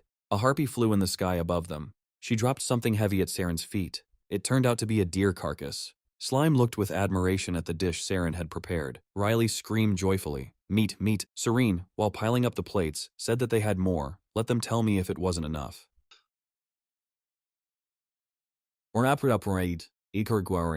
Kim tried the food and said it was delicious. He asked if she used household magic. Saren replied that it was Delicos Fury. After eating, Riley said she was so full, it was just super. Cerberus confirmed. It was real paradise. Kalinas was enthusiastically finishing the deer carcass. Kim told Saren that he didn't believe what she said before, thinking it was the NPC's backstory. He hesitated to tell her about meeting her brother in the real world. Saren was surprised. He had met her brother. Kim replied that yes, he was engineer Kim Song-go. He said that if we find out that she is locked in the game, it could turn into a huge scandal. Saren asked, so it's that serious? Kim said that he wanted to tell her brother that her copy was still here, but he never said anything. He was afraid that if they took action, she might disappear, because she didn't mind living in this world. Serene replied that if she didn't want to, she wouldn't have gone with them. She wants to live. Kim added that her brother was worried that there might be other similar cases and had entrusted him with the investigation. Saren asked if she could stay here while he investigated. She said that if she went to Gromkar, it would cause unnecessary noise. Kim stated that he wanted to ask her to stay. He added that if she became his subordinate, she would not receive damage from the master's attacks. At parting, Saren asked him to come back quickly. Kim summoned the subdued wild horse, and he rushed on it to Gromkar.